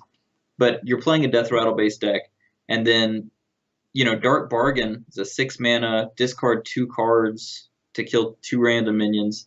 This essentially becomes a better version of that when you upgrade it. It only works in a Death Rattle deck. That's true. Right. But in a Death Rattle deck, I think it's a really good card. Yeah, and rogues don't have a lot of AoE clears, and even though this isn't exactly an AoE, if you upgrade it to the Greater Onyx Spellstone and you're killing 3 things for 1, that is better than most things that rogue can do to clear the board. So. And they also always have preparation, so you might be able to kill 3 things for 2 mana, and then that's just totally broken. Yeah. We'll have to see what you do with the Death Rattle Rogue, if I like it. Because that's not the direction that I want to go with the rogue decks that I'm thinking of, so I'll just wait and see what you come up with. Yeah. Alright, the next card is Evasion. This is the 3rd rogue secret. The 2 mana. Epic card this time. Secret, after your hero takes damage, become immune this turn. Something I want to get out of the way is I wish this were common, and I don't like the fact that it's epic. I know that Blizzard bases their rarities on card complexity. At least that's what they say. And maybe this is a little bit more complex than the other secrets, but I think for the sake of having people play secrets, a class that's just now getting secrets, they should all be the same rarity. They should all be common so that everybody can get a hold of them and play them, because while I won't have a problem getting the cards that I want because I have plenty of dust and a good amount of money if I want to drop it on card packs, there are going to be players out there, free to play especially, that might not get lucky in their pack openings and want to try rogue secrets, and if they're limited to the 2 rogue secrets that are cheap, can't play this one, that's going to decrease the frequency of this one, and you're not going to get as much testing done. So I just wanted to kind of get that out of the way and say I'm a little bit disappointed that this is an epic instead of a common, just based on that. That said, I do like this secret quite a bit. So it is sort of like an ice block in a lot of ways, but the difference is you do take damage and then become immune. Whereas with ice block, you just become immune to the attack that would have triggered the ice block anyway, and then become immune. So if you've got 5 health and the first thing your opponent does is swing and hit you for 10, then you're dead. But if they hit you for 3, then you're immune the rest of the turn. So I think that this requires a little bit more skill than Ice Block for sure.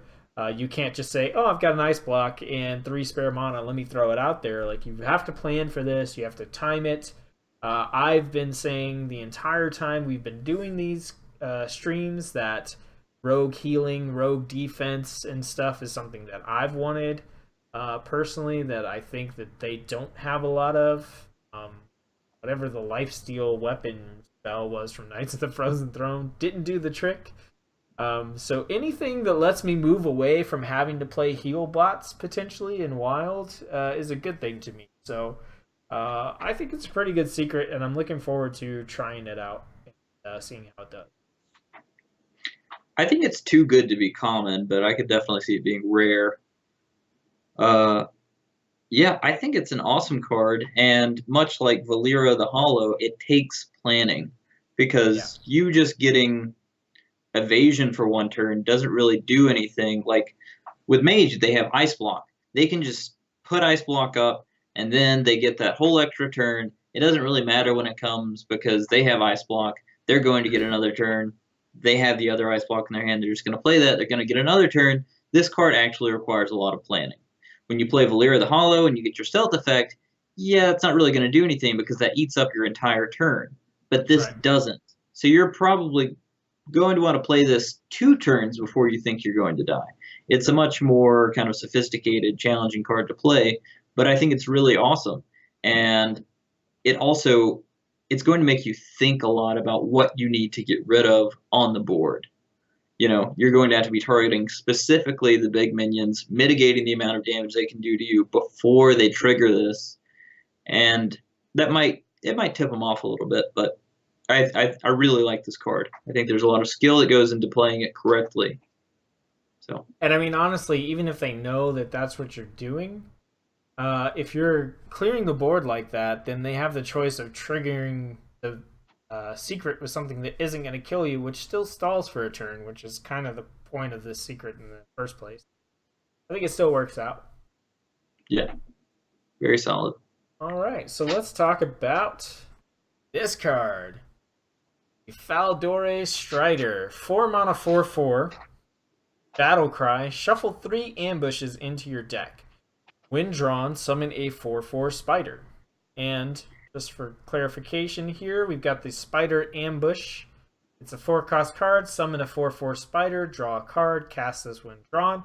So it works just like the Deck of Miracles and like Beneath the Grounds, except it's exactly like Beneath the Grounds, except it shuffles these cards into your deck instead of your opponent's deck.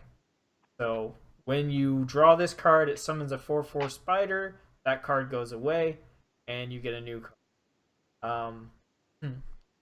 So if you, a couple clarifications here, if you get this card in your hand somehow, like this Spider Ambush, there are castable spells that summon a 4/4. You draw an ambush, it doesn't cost any mana, they cast automatically for 0 mana, they don't trigger Auctioneer or Pyromancer when it happens.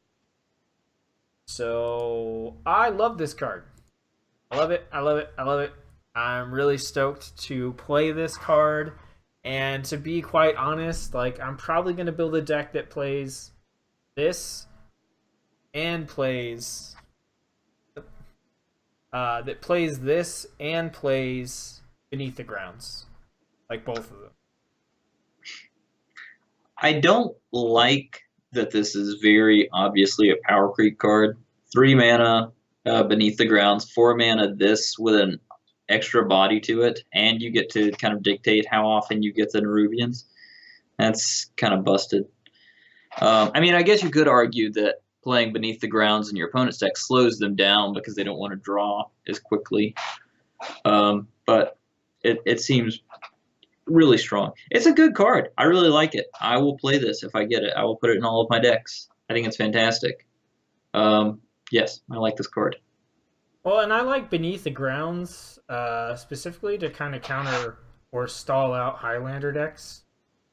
So that's what I use Beneath the Grounds for. So because if this went into your opponent's deck like Beneath the Grounds, then that would just straight up be ridiculous, and I would run all 4 of them. Yeah, that would just destroy Highlander decks. But yeah, this is obviously a very good card. I don't think you want to put this in a deck where you're not drawing a lot. Right. But But outside of that, yeah, it greatly increases the value of Miracle Rogue. Because the big problem with Miracle Rogue is sometimes you just gas out. Sometimes you're cycling and then you just end up with nothing you can do at the end of your cycle because you didn't draw your giants or, the cards you needed. When you have this, even if you don't draw necessarily everything that you wanted to draw, you have a very good chance of at least getting some bodies on the board for free. And that's awesome. yeah, and I don't even play Miracle Rogue. I just like to play that Ninja Ambush Attack Stealth Kill Rogue, and this fits in there. So I was very excited to see this card. So we got one Rogue card left, and that is the Rogue non-weapon legendary Sonya Shadow Dancer. It's a 3-mana 2/2. After a friendly minion dies, add a 1/1 copy of it to your hand. It costs 1. I think this is a very powerful and awesome card. I like this card a whole bunch. It works a lot like the 4/2 Cult Master, where you don't actually want to play it by itself, and you don't want to play it on curve. Right. You want to play it after you have a full board. Then you play this, you kill everything, and then you get it all back in your hand. You play everything again. This works out really well with Zoth. Works out really well with Jades.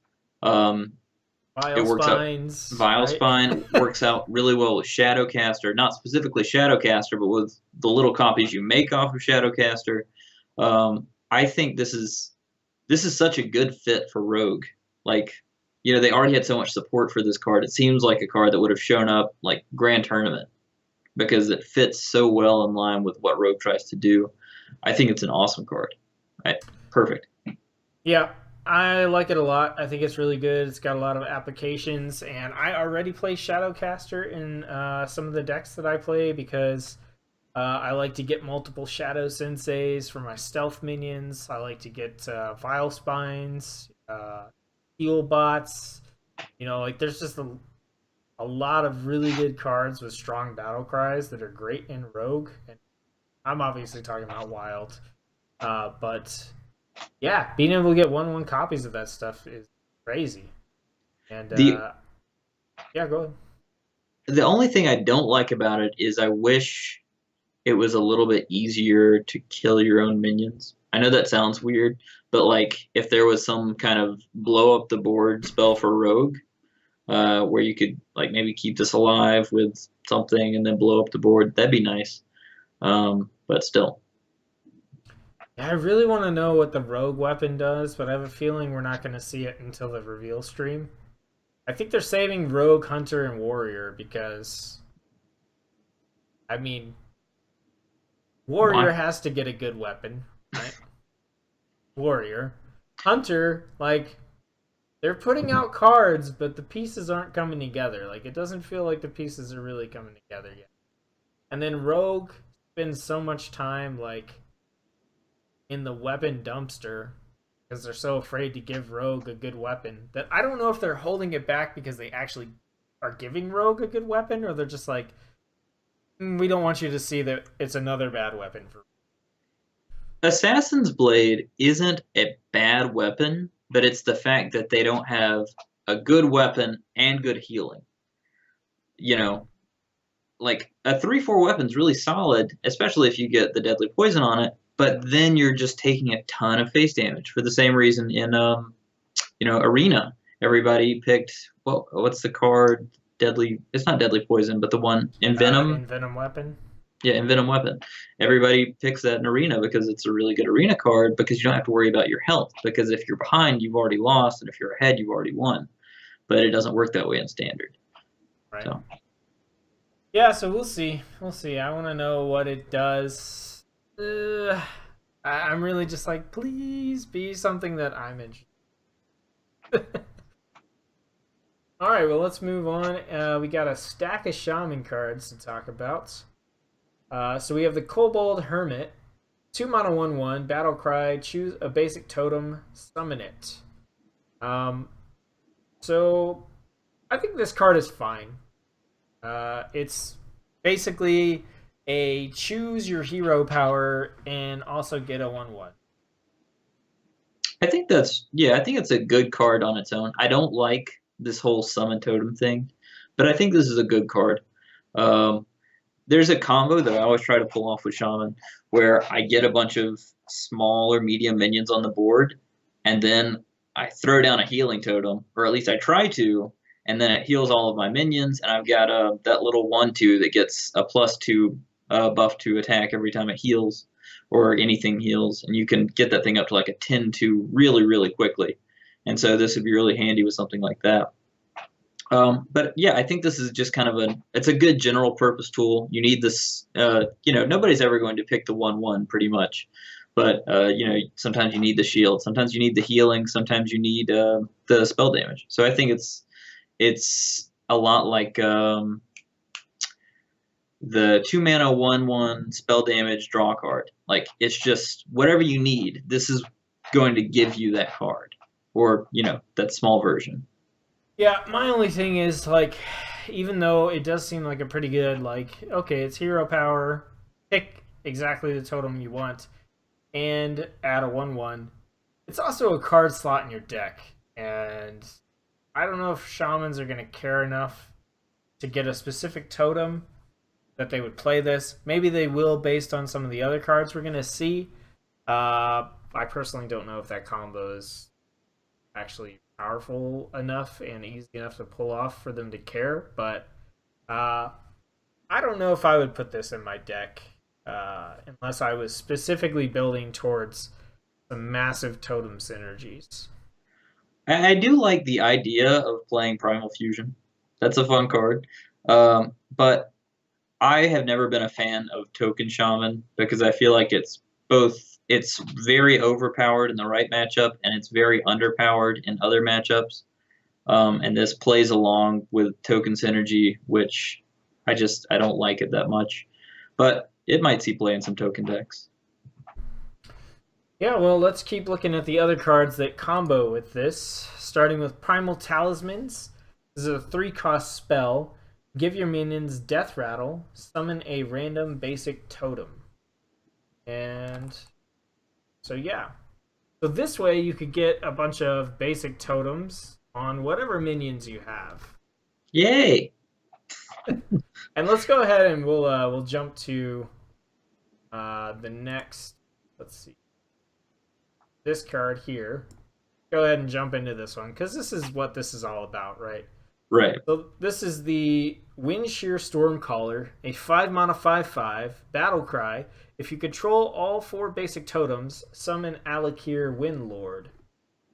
So just so you know, Alakir Windlord is an 8 mana 3/5 elemental that has Wind Fury, Charge, Divine Shield, and Taunt. So pretty strong card to be pulling off of a 5-drop. It is also 5/5, which is a fine stat line. So you don't feel horrible playing this on its own, but obviously this is the combo, right? You can choose a totem, you can give your minions Death Rattle, summon a basic totem. If you get all 4 basic totems, you play this guy, and you summon Alakir, the Windlord. Like I said, I don't know if you want to build your deck around basic totems. Like, it just seems really weak, and I don't know that the payoff of playing this to get an Alakir Windlord is, like, if you drop this and Alakir Windlord comes out, I don't feel like you win the game. Right. I feel like you still have work to do. Yeah. No, the whole thing doesn't make any sense to me. I can see some viability with the totems in a Bloodlust deck, where you're specifically, you want to have something always stuck to the board, so on turn 5 you can Bloodlust. That seems good. You summon a bunch of totems, you Bloodlust, you kill your opponent. That seems good. But when you think about this card specifically, this 5/5, you're spending 5 mana to play this to get an 8 mana minion. Okay, but also your opponent is going to see you trying to gather up the totems. They're going to see this coming from a mile away, which means you're probably also going to have to play that summon totems when your thing dies, when your minions die, the same turn you play this, which means you're going to be spending 8 mana to get an 8 mana card. And not only that, but you're going to have this and 4 totems and Alakir. So you're going to have 6 slots, which means you don't have anything else on the board except for this and Alakir that can deal damage. So you're just eating up all of your resources trying to summon Alakir, and that seems very wasteful and drawn out to me. Right, this reminds me of the Paladin DK Yeah. hero power, where like you're like, hey, just let me hit hero power enough times. You don't know what I'm doing. Like just 4 times, let me do Give it. me some coins. I promise I'm not going to use them. And the only way to make that work was to do some janky combo thing where you could bounce things back to your hand or make your hero power cost like nothing and you could use it a bunch of times in one turn or whatever. That was the only way to make that work. And that won you the game. This summons Alakir. Like, There's 6 damage you just did. Yay! Yeah, and maybe you could throw a buff on him or something. I don't see it.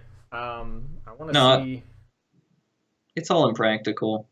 Oh, there's some people that think this is very good. I don't.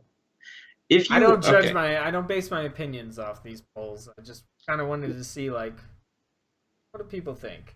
Well, I think in general, Spirit Echo is a better card, and nobody plays that. You don't want a bunch of totems unless you're running this card, and yeah, it's going to take you too long to get all of the totems. Nobody's going to let you get all of the totems, and you're going to be spending all of your cards and all of your mana trying to get all the totems so you can get an 8 mana card. It's just silly. I don't know. Right, I might be wrong. And even now, when I play against Shaman, like, okay, so your Stoneclaw totem, right? People have to get rid of that to do anything else to your board. Your Wrath of Air totem, people are just like, it's Shaman, don't give them spell power. Right? Like, generally totems aren't things that get ignored anyway against Shaman because we already know, like, there are powerful effects, there are buffs that you can put on them. You got something on the, like, if you have a totem on the board, you can bone merit, if nothing else. So yeah, it's just hard for me to imagine the scenario where your opponent is just like, go ahead, like, build your board of totems. Right. So yeah. All right, so let's talk about the next Shaman card. A little more interesting, I think. Unstable Evolution. This is a 1 mana spell. Transform a friendly minion into one that costs 1 more. Repeatable this turn. And basically what that means is when you play this card, you can evolve a minion, and then this card will return to your hand, and you can evolve the same minion or a different minion, and you can do this as many times as you have mana in your turn, and then at the end of your turn, it'll get discarded from your hand. So you could potentially on turn 10 evolve various things 10 different times, and then this card would be gone. I really like it. I think it's a really well-balanced card. I think it's going to see a lot of play, especially because, maybe turn 3, you don't have anything to play. You don't have any minions to play, and all you have is a totem on the board. Okay, well, now you can have a 4-cost minion. It kind of makes up for that one spot. It's kind of like a forbidden, spell where Shaping you get forbidden shaping, forbidden ancient, any other forbiddens, it just eats up all of your mana. Or, maybe you have a board of weak things and you're like, okay, well, I ended up getting a 1/1 when I evolved my Doppelgangster. Unstable Evolution. Now it's a 7-cost minion, which is almost certainly going to have better stats. And I can also do it to this minion over here. I just think generally it's a really good card. Yeah, I like it. That was one of the things about trying to play Thrall and Evolve and stuff like that. Is like there were times when you would just hit and Evolve where you were like, oh, crap. Like my 4 cost just turned into the Furbolg 5 mana 1/1. And with something like this in your hand, you can go Evolve again. Right. And the combo that a lot of people are talking about is being able to evolve something into a Sorcerer's Apprentice or a Radiant Elemental, and then leave that one minion alone, and then you could just evolve everything else up to 10-cost minions on your board.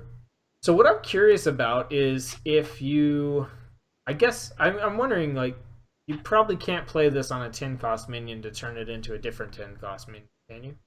You could play it on a 10-cost minion, and it would transform into Snow Fury Giant, which costs 11 mana. Oh, okay. Which is pretty much a guaranteed reasonable result if you Yeah. landed on a 10 drop that for whatever reason you didn't want. Yeah, I think overall it's a cool card. On to the Warlocks. We got a few Warlock cards, and we'll start with this tiny Kobold Librarian. 1 mana, 2/1, Battle Cry, draw a card, deal 2 damage to your hero. It's good. It's Real very good. It's a very Real good good. card. Yeah. For a So, ton of reasons, yeah. turn 1, put a 1/2 minion on the board and a hero card. Yeah, the 2/1 stat line, obviously that's not ideal. It's going to trade poorly. But, maybe it's turn 2 and you have a Mortal Coil in your hand. You play Kobold Librarian, you draw a card, you Mortal Coil, you drew 2 cards for 2 mana. That's awesome. This is just a really solid card to get a body out there. It's like a better version of Babbling Book. It's fantastic. Yeah, it's a disgusting card. I don't even like. I don't really Warlock play. needs some disgusting cards, Yeah, I don't really play Warlock aside from like Demon Lock. Like I always try to make Demon Lock work. That's why I was really excited about Gul'dan and Knights of the Frozen Throne. But I saw this card and I went, "Yep, that's a card." So, all right, let's talk about the next one, the Vulgar Homunculus. 2 mana, 2/4 Demon, Taunt, Battle Cry, deal 2 damage to your hero. Also really good. Very, very good card. Yes. I like this card, and I like the last card, and I like Unstable Evolve because I feel like they're all that power level where you're like, this is a really good card. It's not broken, but it's really good. Like I'll put this in my deck, but I don't build my deck around it. Right. Yeah. This is it's a slightly weaker Tar Creeper, but it comes down on turn 2. It comes down a turn earlier. It's really good, and it's good especially against the current meta where everybody's playing, 1/2 and 2/2 minions on turn 1 and 2. You get this, you're shielded up through turn 3 at the very least. It trades favorably with everything in the early turns. It's a really, really good card.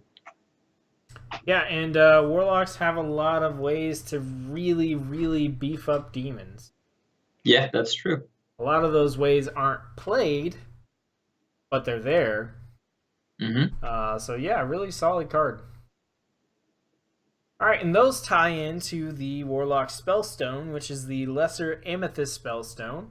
This is a 4-cost spell, Lifesteal, deal 3 damage to a minion. You have to take damage from your cards, not your hero power, your cards to upgrade. It upgrades to the Amethyst Spellstone, which is Lifesteal, deal 5 damage to a minion. And then you take damage from your cards to upgrade, and you get Lifesteal, deal 7 damage to a minion. It's just a really good card, I think, in general. It's really easy to upgrade. It's very easy to upgrade. I mean, some of these things like play Death Rattles. even though I like that card, it's not always practical. With Warlock, it's just like, oh, here's a button to upgrade this card. Hit the button again. Okay, now I Well, have. it doesn't work on your hero power. Oh wait, yeah, you're right. My mistake. But we just Uh, saw two minions that damage your hero. You also have Flame Imp, which damages your hero. You have Hellfire. You have Abyssal Enforcer.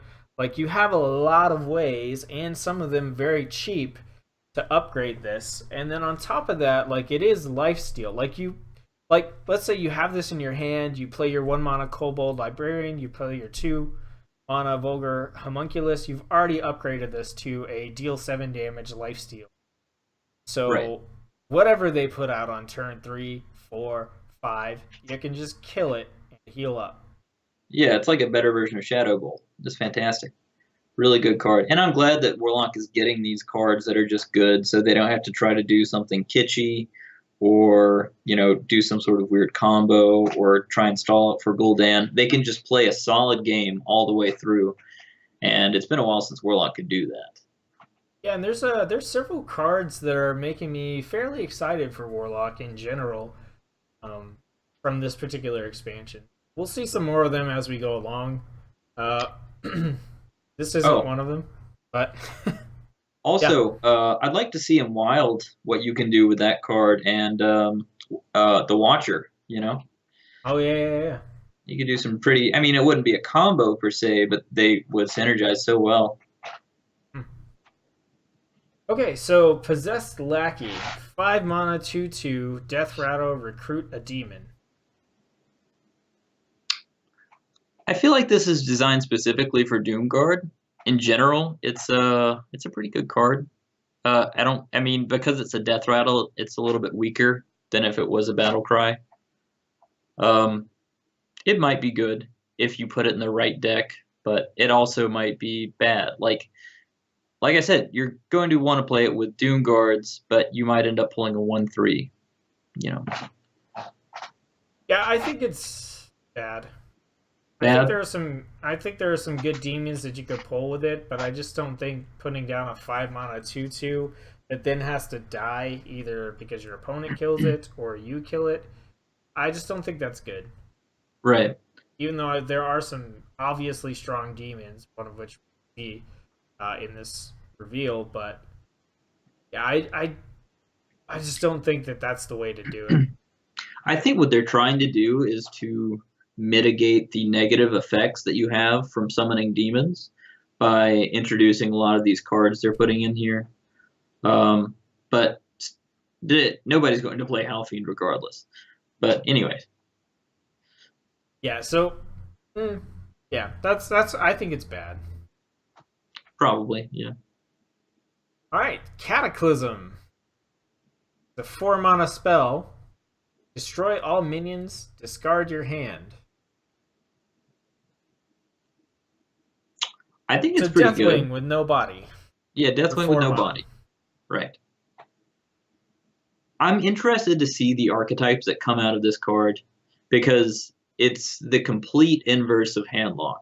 Handlock, you save up all your cards until turn 4, then you drop your giant, you drop your big dragon. This is the opposite. It's like play all of your cards as fast as you can or something. But then, if you're playing all of your cards and you're going to have all your minions on the board, then you're going to blow them up. So I'm not exactly sure how it works. So Disco Lock, right? That's a thing. So if you've got Silverware Golem in your hand, if you've got the legendary that when it gets discarded it gets +2/+2. Clutch There's Pleasure. the one card that I can't think of the name of. It's a 1/3. When you discard a card, you draw a card. That is a wild card, I think. No, I think it's still standard. I've never seen it in a standard Well, deck. there's a reason because nobody's really playing discard lock. Uh, Or wait, maybe I'm thinking about the 3/2. What is it? Tiny Knight or oh something? yeah, not that. No, I'm talking about. It's probably down here somewhere. Malchazar's Alcazar's in? Imp. Yeah, Oh, I there we thought you were go. talking about it getting buffed. My mistake. No, whenever you discard a card, draw a card. So if you have that on the board and you play Cataclysm, You just refill your hand, and if that hand happened to have silverware golems, those are on the board now. If it had the legendary, also you can just complete your quest in one turn. That's true, but would Malkazar's Imp trigger though? Because it says destroy all minions, discard your hand. Are they letting it trigger? I don't know. I don't know. That's a good point. But just being able to complete the quest in one turn with Yeah, some of that those other alone. discard cards How could be much does the pretty quest strong. cost? Not the quest itself, but the spell. Is it 5? Uh, hmm. Already sacrifice. I know. 6 cards. You get the Nether portal. Yeah, it costs 5. Okay, so yeah, hypothetically, if you don't play any cards, you blow up your board, and then you draw into. Well, no, you wouldn't have to draw anything because it'd already be in your hand. Yeah, it's an enabler. I wish they would have released it when the quest came out. Probably would have been busted though. Yeah, I'm interested. I've always wanted to kind of play discard lock, even though it's a type of gameplay that I hate. Like, I don't like discarding my own stuff. I don't like giving my opponent extra stuff. Like, but I found it to be quite interesting to play against. I had a friend who have a friend didn't die or anything. You don't have any friends. I have a friend who like this is what he wanted to play and tried it in Ungoro and obviously didn't work very well. And then he made a kind of usable version in Knights of the Frozen Throne. And so I'm interested to see like what you can do with it now that this card in particular has come out. Yeah. This actually might be too strong, when you consider Lucari Sacrifice. Being able to. It's pretty much like a giant deck in the sense where, like, if you. Or not a giant, but a big druid or big priest, where if you get Barnes out and you're able to resummon it half a dozen times, you win the game. Or the same way with Prince 2. You play it on turn 2, you're almost guaranteed to win the game. If you actually get this in your hand and you play it on turn 4 when you have 6 cards, you might just win the game. Yeah, and even if you don't, like it is just still a really strong board clear for 4. Like that's your goal. It is, but I feel like you have to have the quest or else you're going to be up shit creek. Like, how do you Well, come but back from you not having. you might be there anyway. Yeah, that's true. So, I mean, maybe you're on 10 mana or something. You play this, you hero power to get a card back, and top deck mode was better than losing. Yeah, I mean, it'd probably be pretty good in Arena. Once you get to top deck, you drop that, come back. Could be decent recovery. Because you do tend to run out of cards in Arena quite often, depending on what type of deck you have. Right. Alright, well, let's talk about the Void Lord. 9 mana, 3/9 demon, taunt, death rattle, summon 3/1/3 demons with taunt. So it summons 3 Void Bringers? Void. What do they call them? Void. It's not Void Walker, is it? Yeah, Void Walkers. I think this is a really good card in general. It's not that great against hard removal. Paying 9 mana and then it just instantly being gone and only having 1/3s for 9 mana. It's a good stall card though. I think that's pretty undeniable. It's like an amped Super up, good. yeah. It's a better version of Sludge Belcher in that sense, but it's yeah. And It's if a you good play, card. It's a really if good card, but if you're playing this on 9, like what should you be doing on 9? You're not actually picking up tempo by playing this. you're just stalling, because turn 10 you're playing Gul'dan. Well, If that's they true. Yeah, kill this guy, you get him back, along with whatever other demon you had. that is You fit on good. the board, and then you have walls of demons and shit in front of you, and you could just start hero powering people. True. Very good point. Pretty good card, I think. I think Yeah. this demon in particular might make that other card, the 5 mana 2/2 recruit a demon, like okay. Yeah, if you just put this and Doom Guards in your deck, then you're all heads. There's no way you can get bad with that card. So yeah, I like this card a lot. I think it's really strong. Probably going to see a good amount of play. I think just because it has so much health. I mean, would it be OP if it had 4 attack and Priest couldn't kill it? They would do something. They'd You shuffle know? it into your deck. That's what they would do.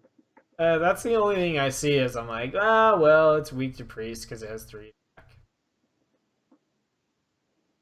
But the good thing is, I think that if Priest steals it for a turn and bumps it into something, it at least shouldn't die and give them 3 Voidwalkers. Uh, we'll see. Alright, last Warlock card. They revealed the Warlock legendary weapon, the Skull of Minari. 5 mana, 0/3. At the start of your turn, summon a demon from your hand. I think this card is awful. I thought it might be, but in the same situation we were just talking about, it might actually be pretty good. You're just dropping really overstated minions. It just allows you to get tempo really quickly, and It especially if allows you had, you to get oozed, and it did absolutely nothing. well, yeah, Like, if you get oozed. like But I, I think the reason it's start of your turn instead of end of your turn is because you don't. If you get Doomguard, you don't want your charge minion to just die on the next turn. You want to be able to attack with it. I think the entire point of this weapon is Doomguard, almost. sure, but if this gets Harrisoned or Toxic oozed or whatever, like it did nothing. Literally, like I think it We just talked literally about did this. You nothing. can't just say like, well, if. No, you can't. But if weapons are popular, people will have oozes. Like, and this card, that's the thing. Like, you could say, okay, if you're using Alaneth, the Mage Legendary, it draws you 3 cards at the end of your turn. So if you equip it, you get 3 cards, gets oozed. Okay, like worst case scenario, you got 3 cards. The Paladin one, the Death Rattle, it gives you the hand buff. The Druid, you get your 10 mana. The Priest, you play it early. Maybe you can get enough spells off to summon a 5/5 dragon. Like, that's kind of up to you and how you time it. This, you play it and it gets oozed in that scenario, and just nothing happened. Like, period. And so far, I think this is hands down the worst weapon out of all of them, purely based on that. Now, if your opponent doesn't have the removal, I think that that's not necessarily a like miracle situation, or like 1% chance that your opponent's going to have weapon removal. A bunch of weapons are popular, so I think it is important to consider for these weapons in particular the weapon removal. I think it's a lot different than silence because there are so many things that can be silenced, and the things that you play that do silence things aren't very strong on their own. So, like you said, maybe you drop that Paladin Legendary and they've already spent the silence on Spike Steed or a Tyrion or something. So there's less chance that they'll be able to silence everything. But if you're talking about Warlock, where you have one weapon, unless you're playing Medivh, they're running any sort of weapon removal. Like, they've only got one target. It's this thing. Well, if your goal is to use this weapon, though, you're going to want to play it on curve. If you play it on turn 5, hopefully, then there are only like, what, 8 cards through their deck? 9 cards? So, hypothetically, they may have not drawn it yet. It's possible, but you're probably right. It's probably the worst weapon out of all of them. But maybe Rogue will have an even worse weapon, and we can talk about how bad that weapon is. The start of your next turn, hit yourself in the face for 2 damage. It's just Cursed Blade. That's what it is. uh, so yeah, I mean, if no one else is playing weapons and you can sneak this one in, and it's like a tier 3 deck or something, not everybody's trying to counter. Like, I just think, yeah, you're gonna have plenty of occasions when this doesn't get removed right away, and it can summon a demon from your hand, and that's gonna be pretty good depending on the deck that you build. But I think it's definitely the worst because if in the scenario where every weapon gets played and immediately oozed at the end of the turn, this literally just spent 5 mana and did nothing. Whereas everything else, with the exception of the priest, I think, uh, will guaranteed do something. And even with the priest, like it's up to you on your turn to set that up. You can play it turn 10, 3 mana, do your little combo, and at least get a dragon out of it. And I don't see the way, like, how do you prevent your opponent from playing an ooze or a Hmm. Harrison? You know, Maybe like, you want them to play the Ooze or the Harrison. Maybe you have a trap card and you're just setting up for something. I don't well, that's the know. other thing. Like, if there was a reasonable way to say, like, okay, I have a way to stop them from playing that particular card so that this can make it around to my next turn, and that would make sense. But I literally can't think of any card that just says like you play a minion, it's really really bad, and get the battle cry from. Hypothetically, they could release a common card or something that says your weapon is protected until the next turn, in which case you might be able to summon one demon. Right. Or more, who knows? Like, there's a lot of neutral cards that haven't been revealed yet. So I think everybody is kind of waiting. Like, we have the Rummaging Kobold that will fish back your weapon. At which point, maybe, hey, you get this destroyed. That sucks a lot. And then you And then you Rummaging spend another Kobold. 5 mana, and then the turn after that you get the demon? Yes, Right. that sounds Okay. awesome. I think my point is made there. All right, let's jump into the warrior cards. These are the last ones. We got 4 cards left. First one up is Unidentified Shield. This is a 6 mana spell. It says gain 5 armor, and then you also gain a bonus effect in your hand. So, as we've said on all the other unidentified objects, when you draw this card from your deck, it basically transforms into one of 4 different items. In this case, one of 4 different shields. You have the Tower Shield, which will gain you 5 armor and then gain you 10 more armor, so a total of 15. We have the Serrated Shield, which will gain 5 armor and allow you to do 5 damage. The Rune Shield, which is gain 5 armor and summon a 5/5 golem. And then the Spiked Shield, which is gain 5 armor, equip a 5/2 weapon. So, Rune Shield is basically Shield Maiden. Spike Shield is gain 5 armor, equip an Arcanite Reaver. Uh, Tower Shield is like 5 armor plus bring it on without the downside. So pretty good stuff. And I think Serrated Shield is a lot like Holy Fire, but kind of better because it's armor instead of health. So I think overall the options themselves are pretty solid. The fact that they're totally random might throw that off because I don't think all of these are good all of the time. There might be plenty of times when you don't want an Arcanite Reaper because you don't want to hit anything with your face. Or maybe you don't need a 5/5 golem because you're trying to just survive or build up your armor. You know, there's reasons, but I think overall it's a pretty solid card that can work well with some of the other cards that were.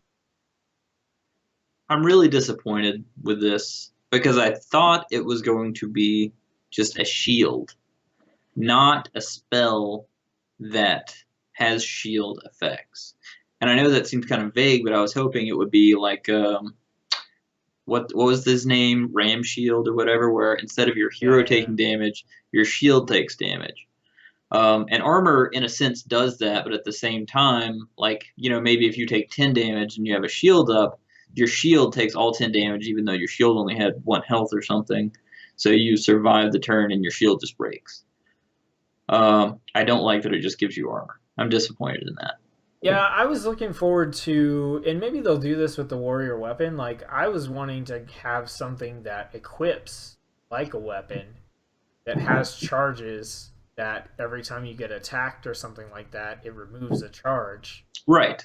You Or know, like a weapon you can't attack with, where when they attack you, it does that much damage to their minion or something. yeah, Like in something cool like reflective shield, you know, right. or yeah, Yeah. like So I'm really will block the disappointed that next it's 3 just spell damage attacks or whatever. Like, but no, it's just yeah, a spell that can equip a weapon. Eh, It's a little disappointing. Um, yeah, in general, it's an okay card. I'm just too bummed out about it not being a real shield to really have that much more of an opinion about it. Yeah, like I said, I'm kind of hoping. I mean, I don't think they will do something like that with the warrior weapon, but it would be cool. I was definitely hoping for something more like a relic or an artifact or something in Magic where it sits on the board and just does something until Yeah. it's removed. hmm Okay. Dry Whisker Armorer, 2 mana 2/2. Battle Cry. For each enemy minion, gain 2 armor. This is a really good card, I think, in general. I think it's super solid. You know, basically with Warrior, the way it always works is you block as much of the damage as you can, you build up your armor, then you brawl. So you drop this minion on, turn 7 or something, you get a ton of armor, then you brawl. It works well with their entire plan of Whirlwind, then Sleep with the Fishes, They've always thrown down big taunt minions. They slow your opponent down. Your opponent goes wide. Then you play something like this. You just make a ton of armor off of it. It fits really well with Warrior's class identity, and I just think it's generally a good card. Yeah, so I compare this to the card that heals you for 2 for each enemy minion. But there's a couple of key differences. One, this is armor, so it can go above your health pool, right? Which is something you can't do in Hearthstone. In other games, you can, if you gain 10 health and that puts you over your maximum health, you just get more health, and that's great. Right. So you could do that with armor, so that's good because, let's say you are at like 28 health and they got 5 minions on the board. Well, you can get effectively 38 health by playing this. Whereas the other card, you're healing, so if you're not very low, then you can overheal yourself, and that's kind of a waste. Also, this card is a hell of a lot cheaper. Yeah. So it having a poor-ish stat line compared to the other card is not quite as bad of a hit just because of so much. And it being cheaper lets you combo it with other things like the other cards we're going to be looking at next. So yeah, I agree. I think this is a very solid card, especially in a warrior that wants to focus on armor.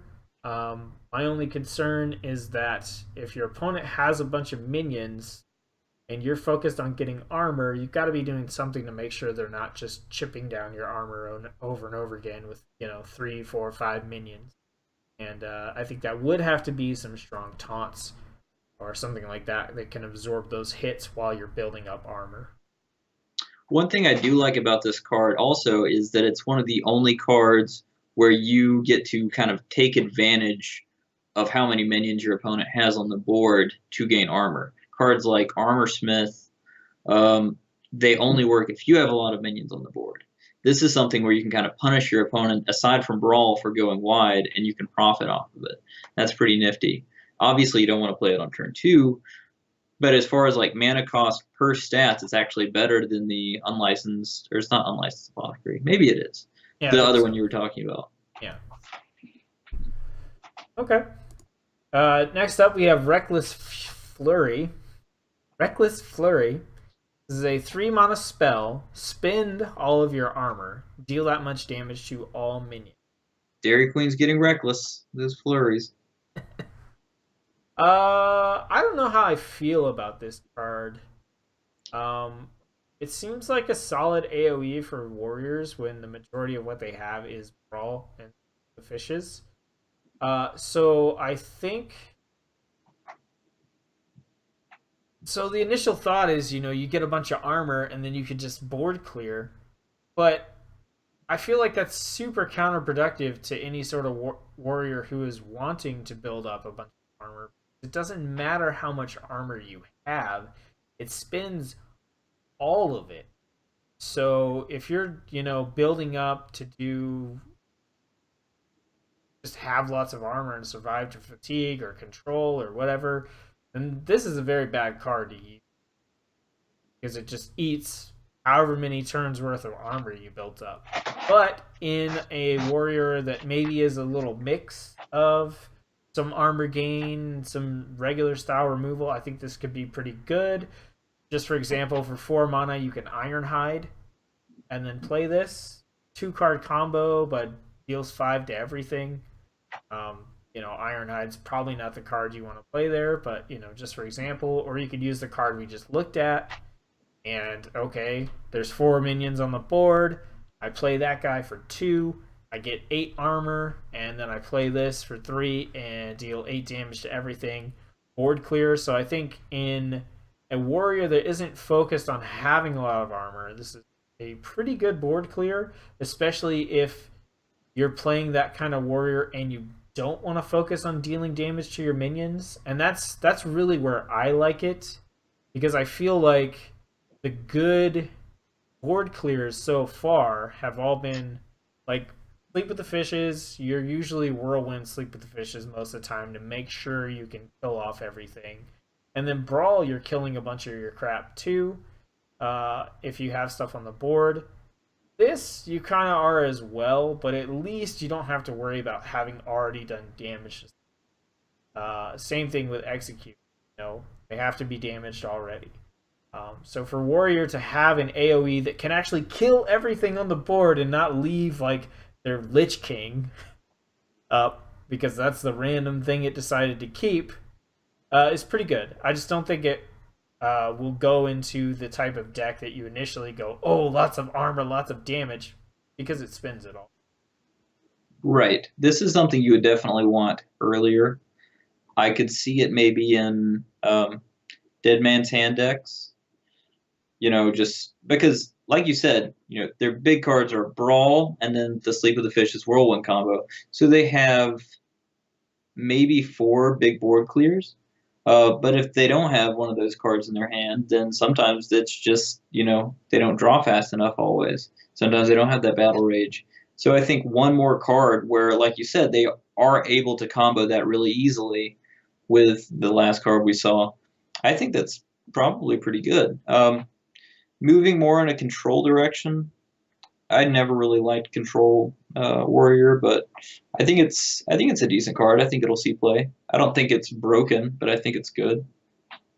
Yeah. All right, and the last card we have is Geosculptor. Yep.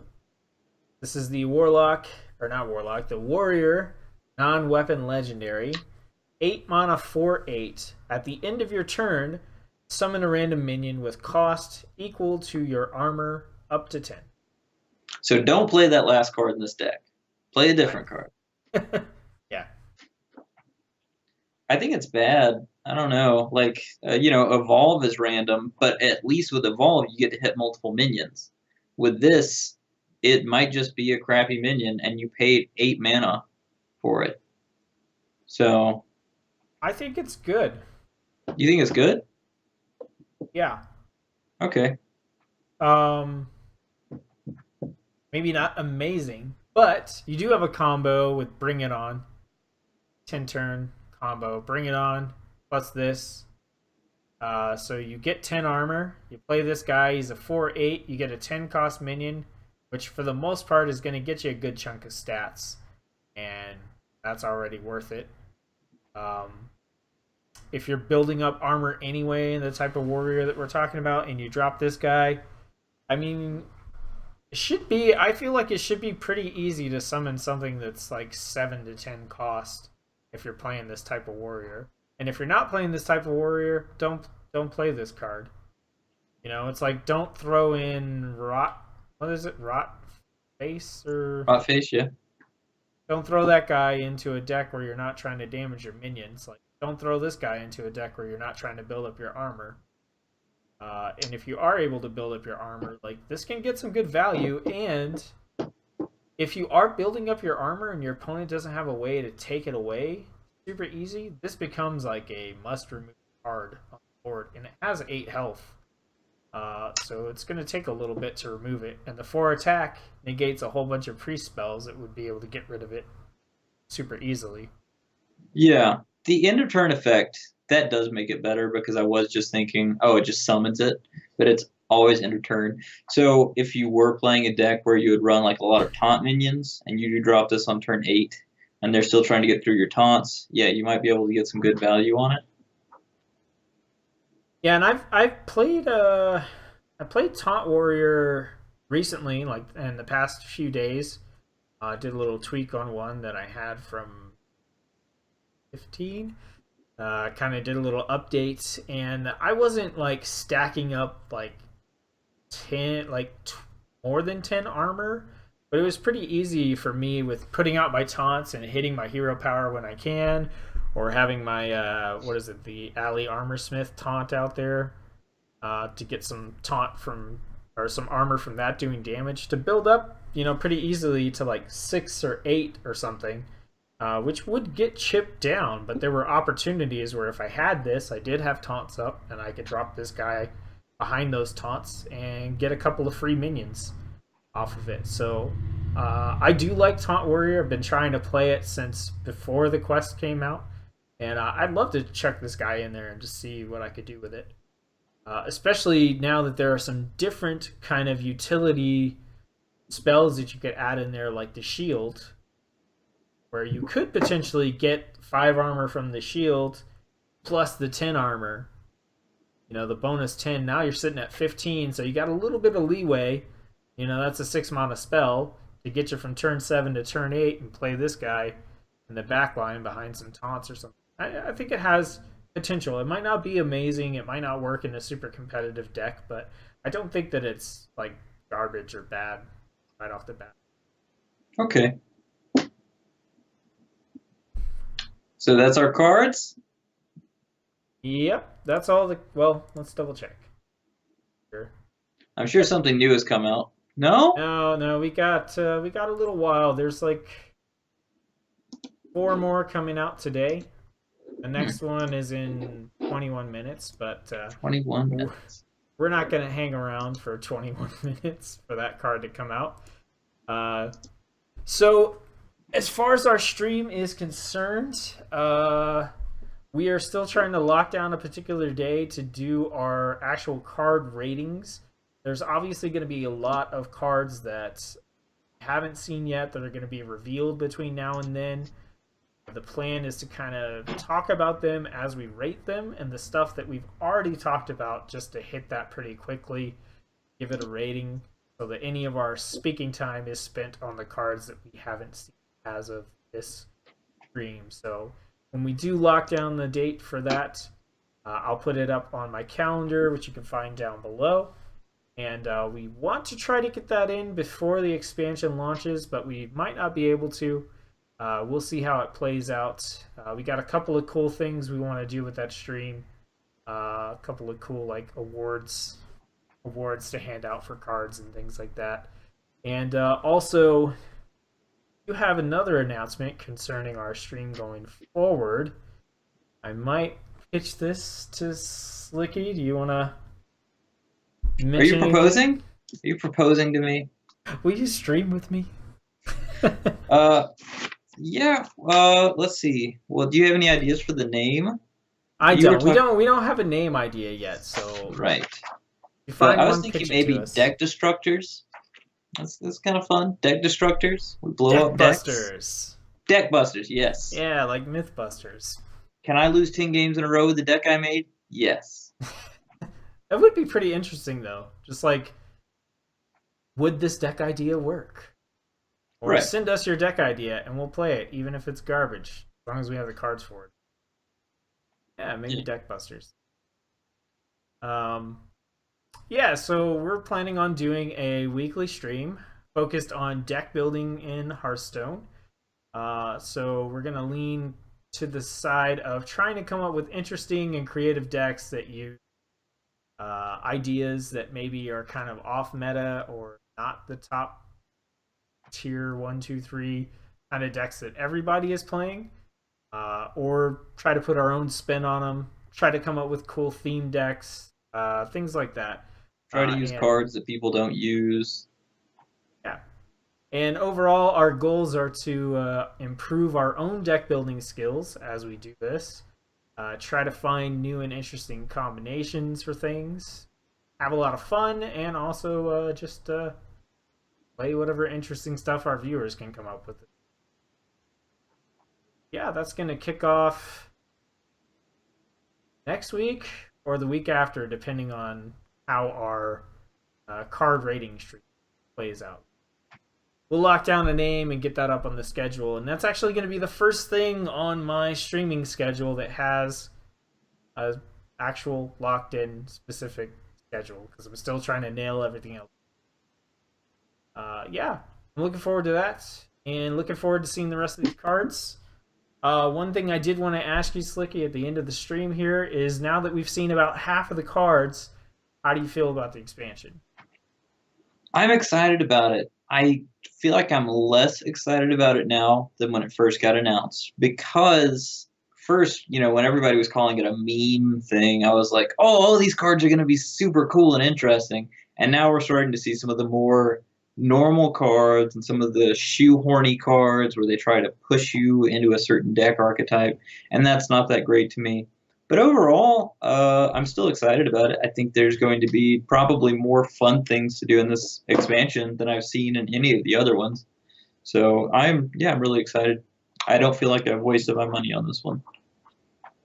I actually think that I'm more excited than I was when they first announced it because even though there are some kind of shoehorny things in there, I feel like the stuff that I want to play and I want to try is actually getting support, which isn't necessarily anything specific like, play 5 cost or more spells mage, but it's just kind of like the more interesting generic cards where you can go, oh, I could fit this into this deck that I've been messing around with just because it's a solid card. Like I feel like there's a lot of solid, interesting cards, and because of that, I'm more excited.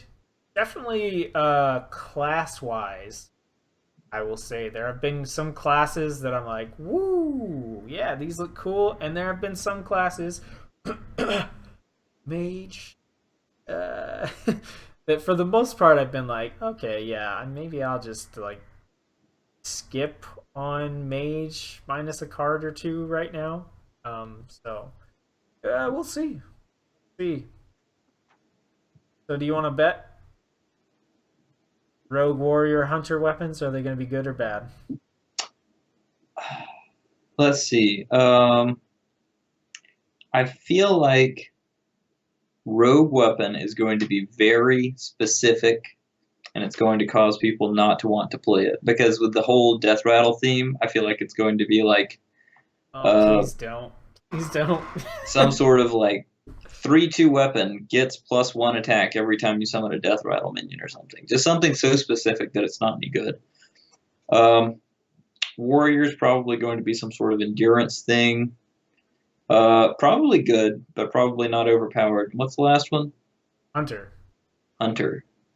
I don't know. Hunter got the piranha launcher. So, like, yeah, you never know with Hunter.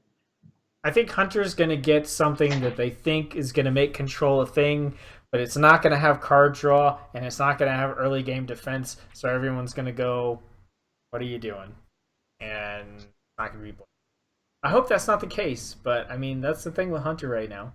You need early game defense, you need card draw to be able to play control. So, I agree. I think the rogue card is going to be really weird and specific and bad. That the warrior card will probably be good but not overpowered because they just nerfed Fiery War Axe. It's going to be a 2 mana 3/2 weapon. That's what it's going to be. The new legendary. Yeah, that's what they were saying. They were saying, oh, the warrior legendary weapon is going to be a 2 mana 3/2 Fiery Wind Axe. Exactly what it's going to be called. We'll see. We'll see. All right. Well, thanks for tuning into the stream. We appreciate you watching. If you're watching on YouTube, which I know some of you are, we appreciate the views as well. And we'll see you back next week for our final ratings card review and catch up on all the stuff that we have missed between now and then, which is going to be a lot of new. Probably be able to just skip over. All right. See you later.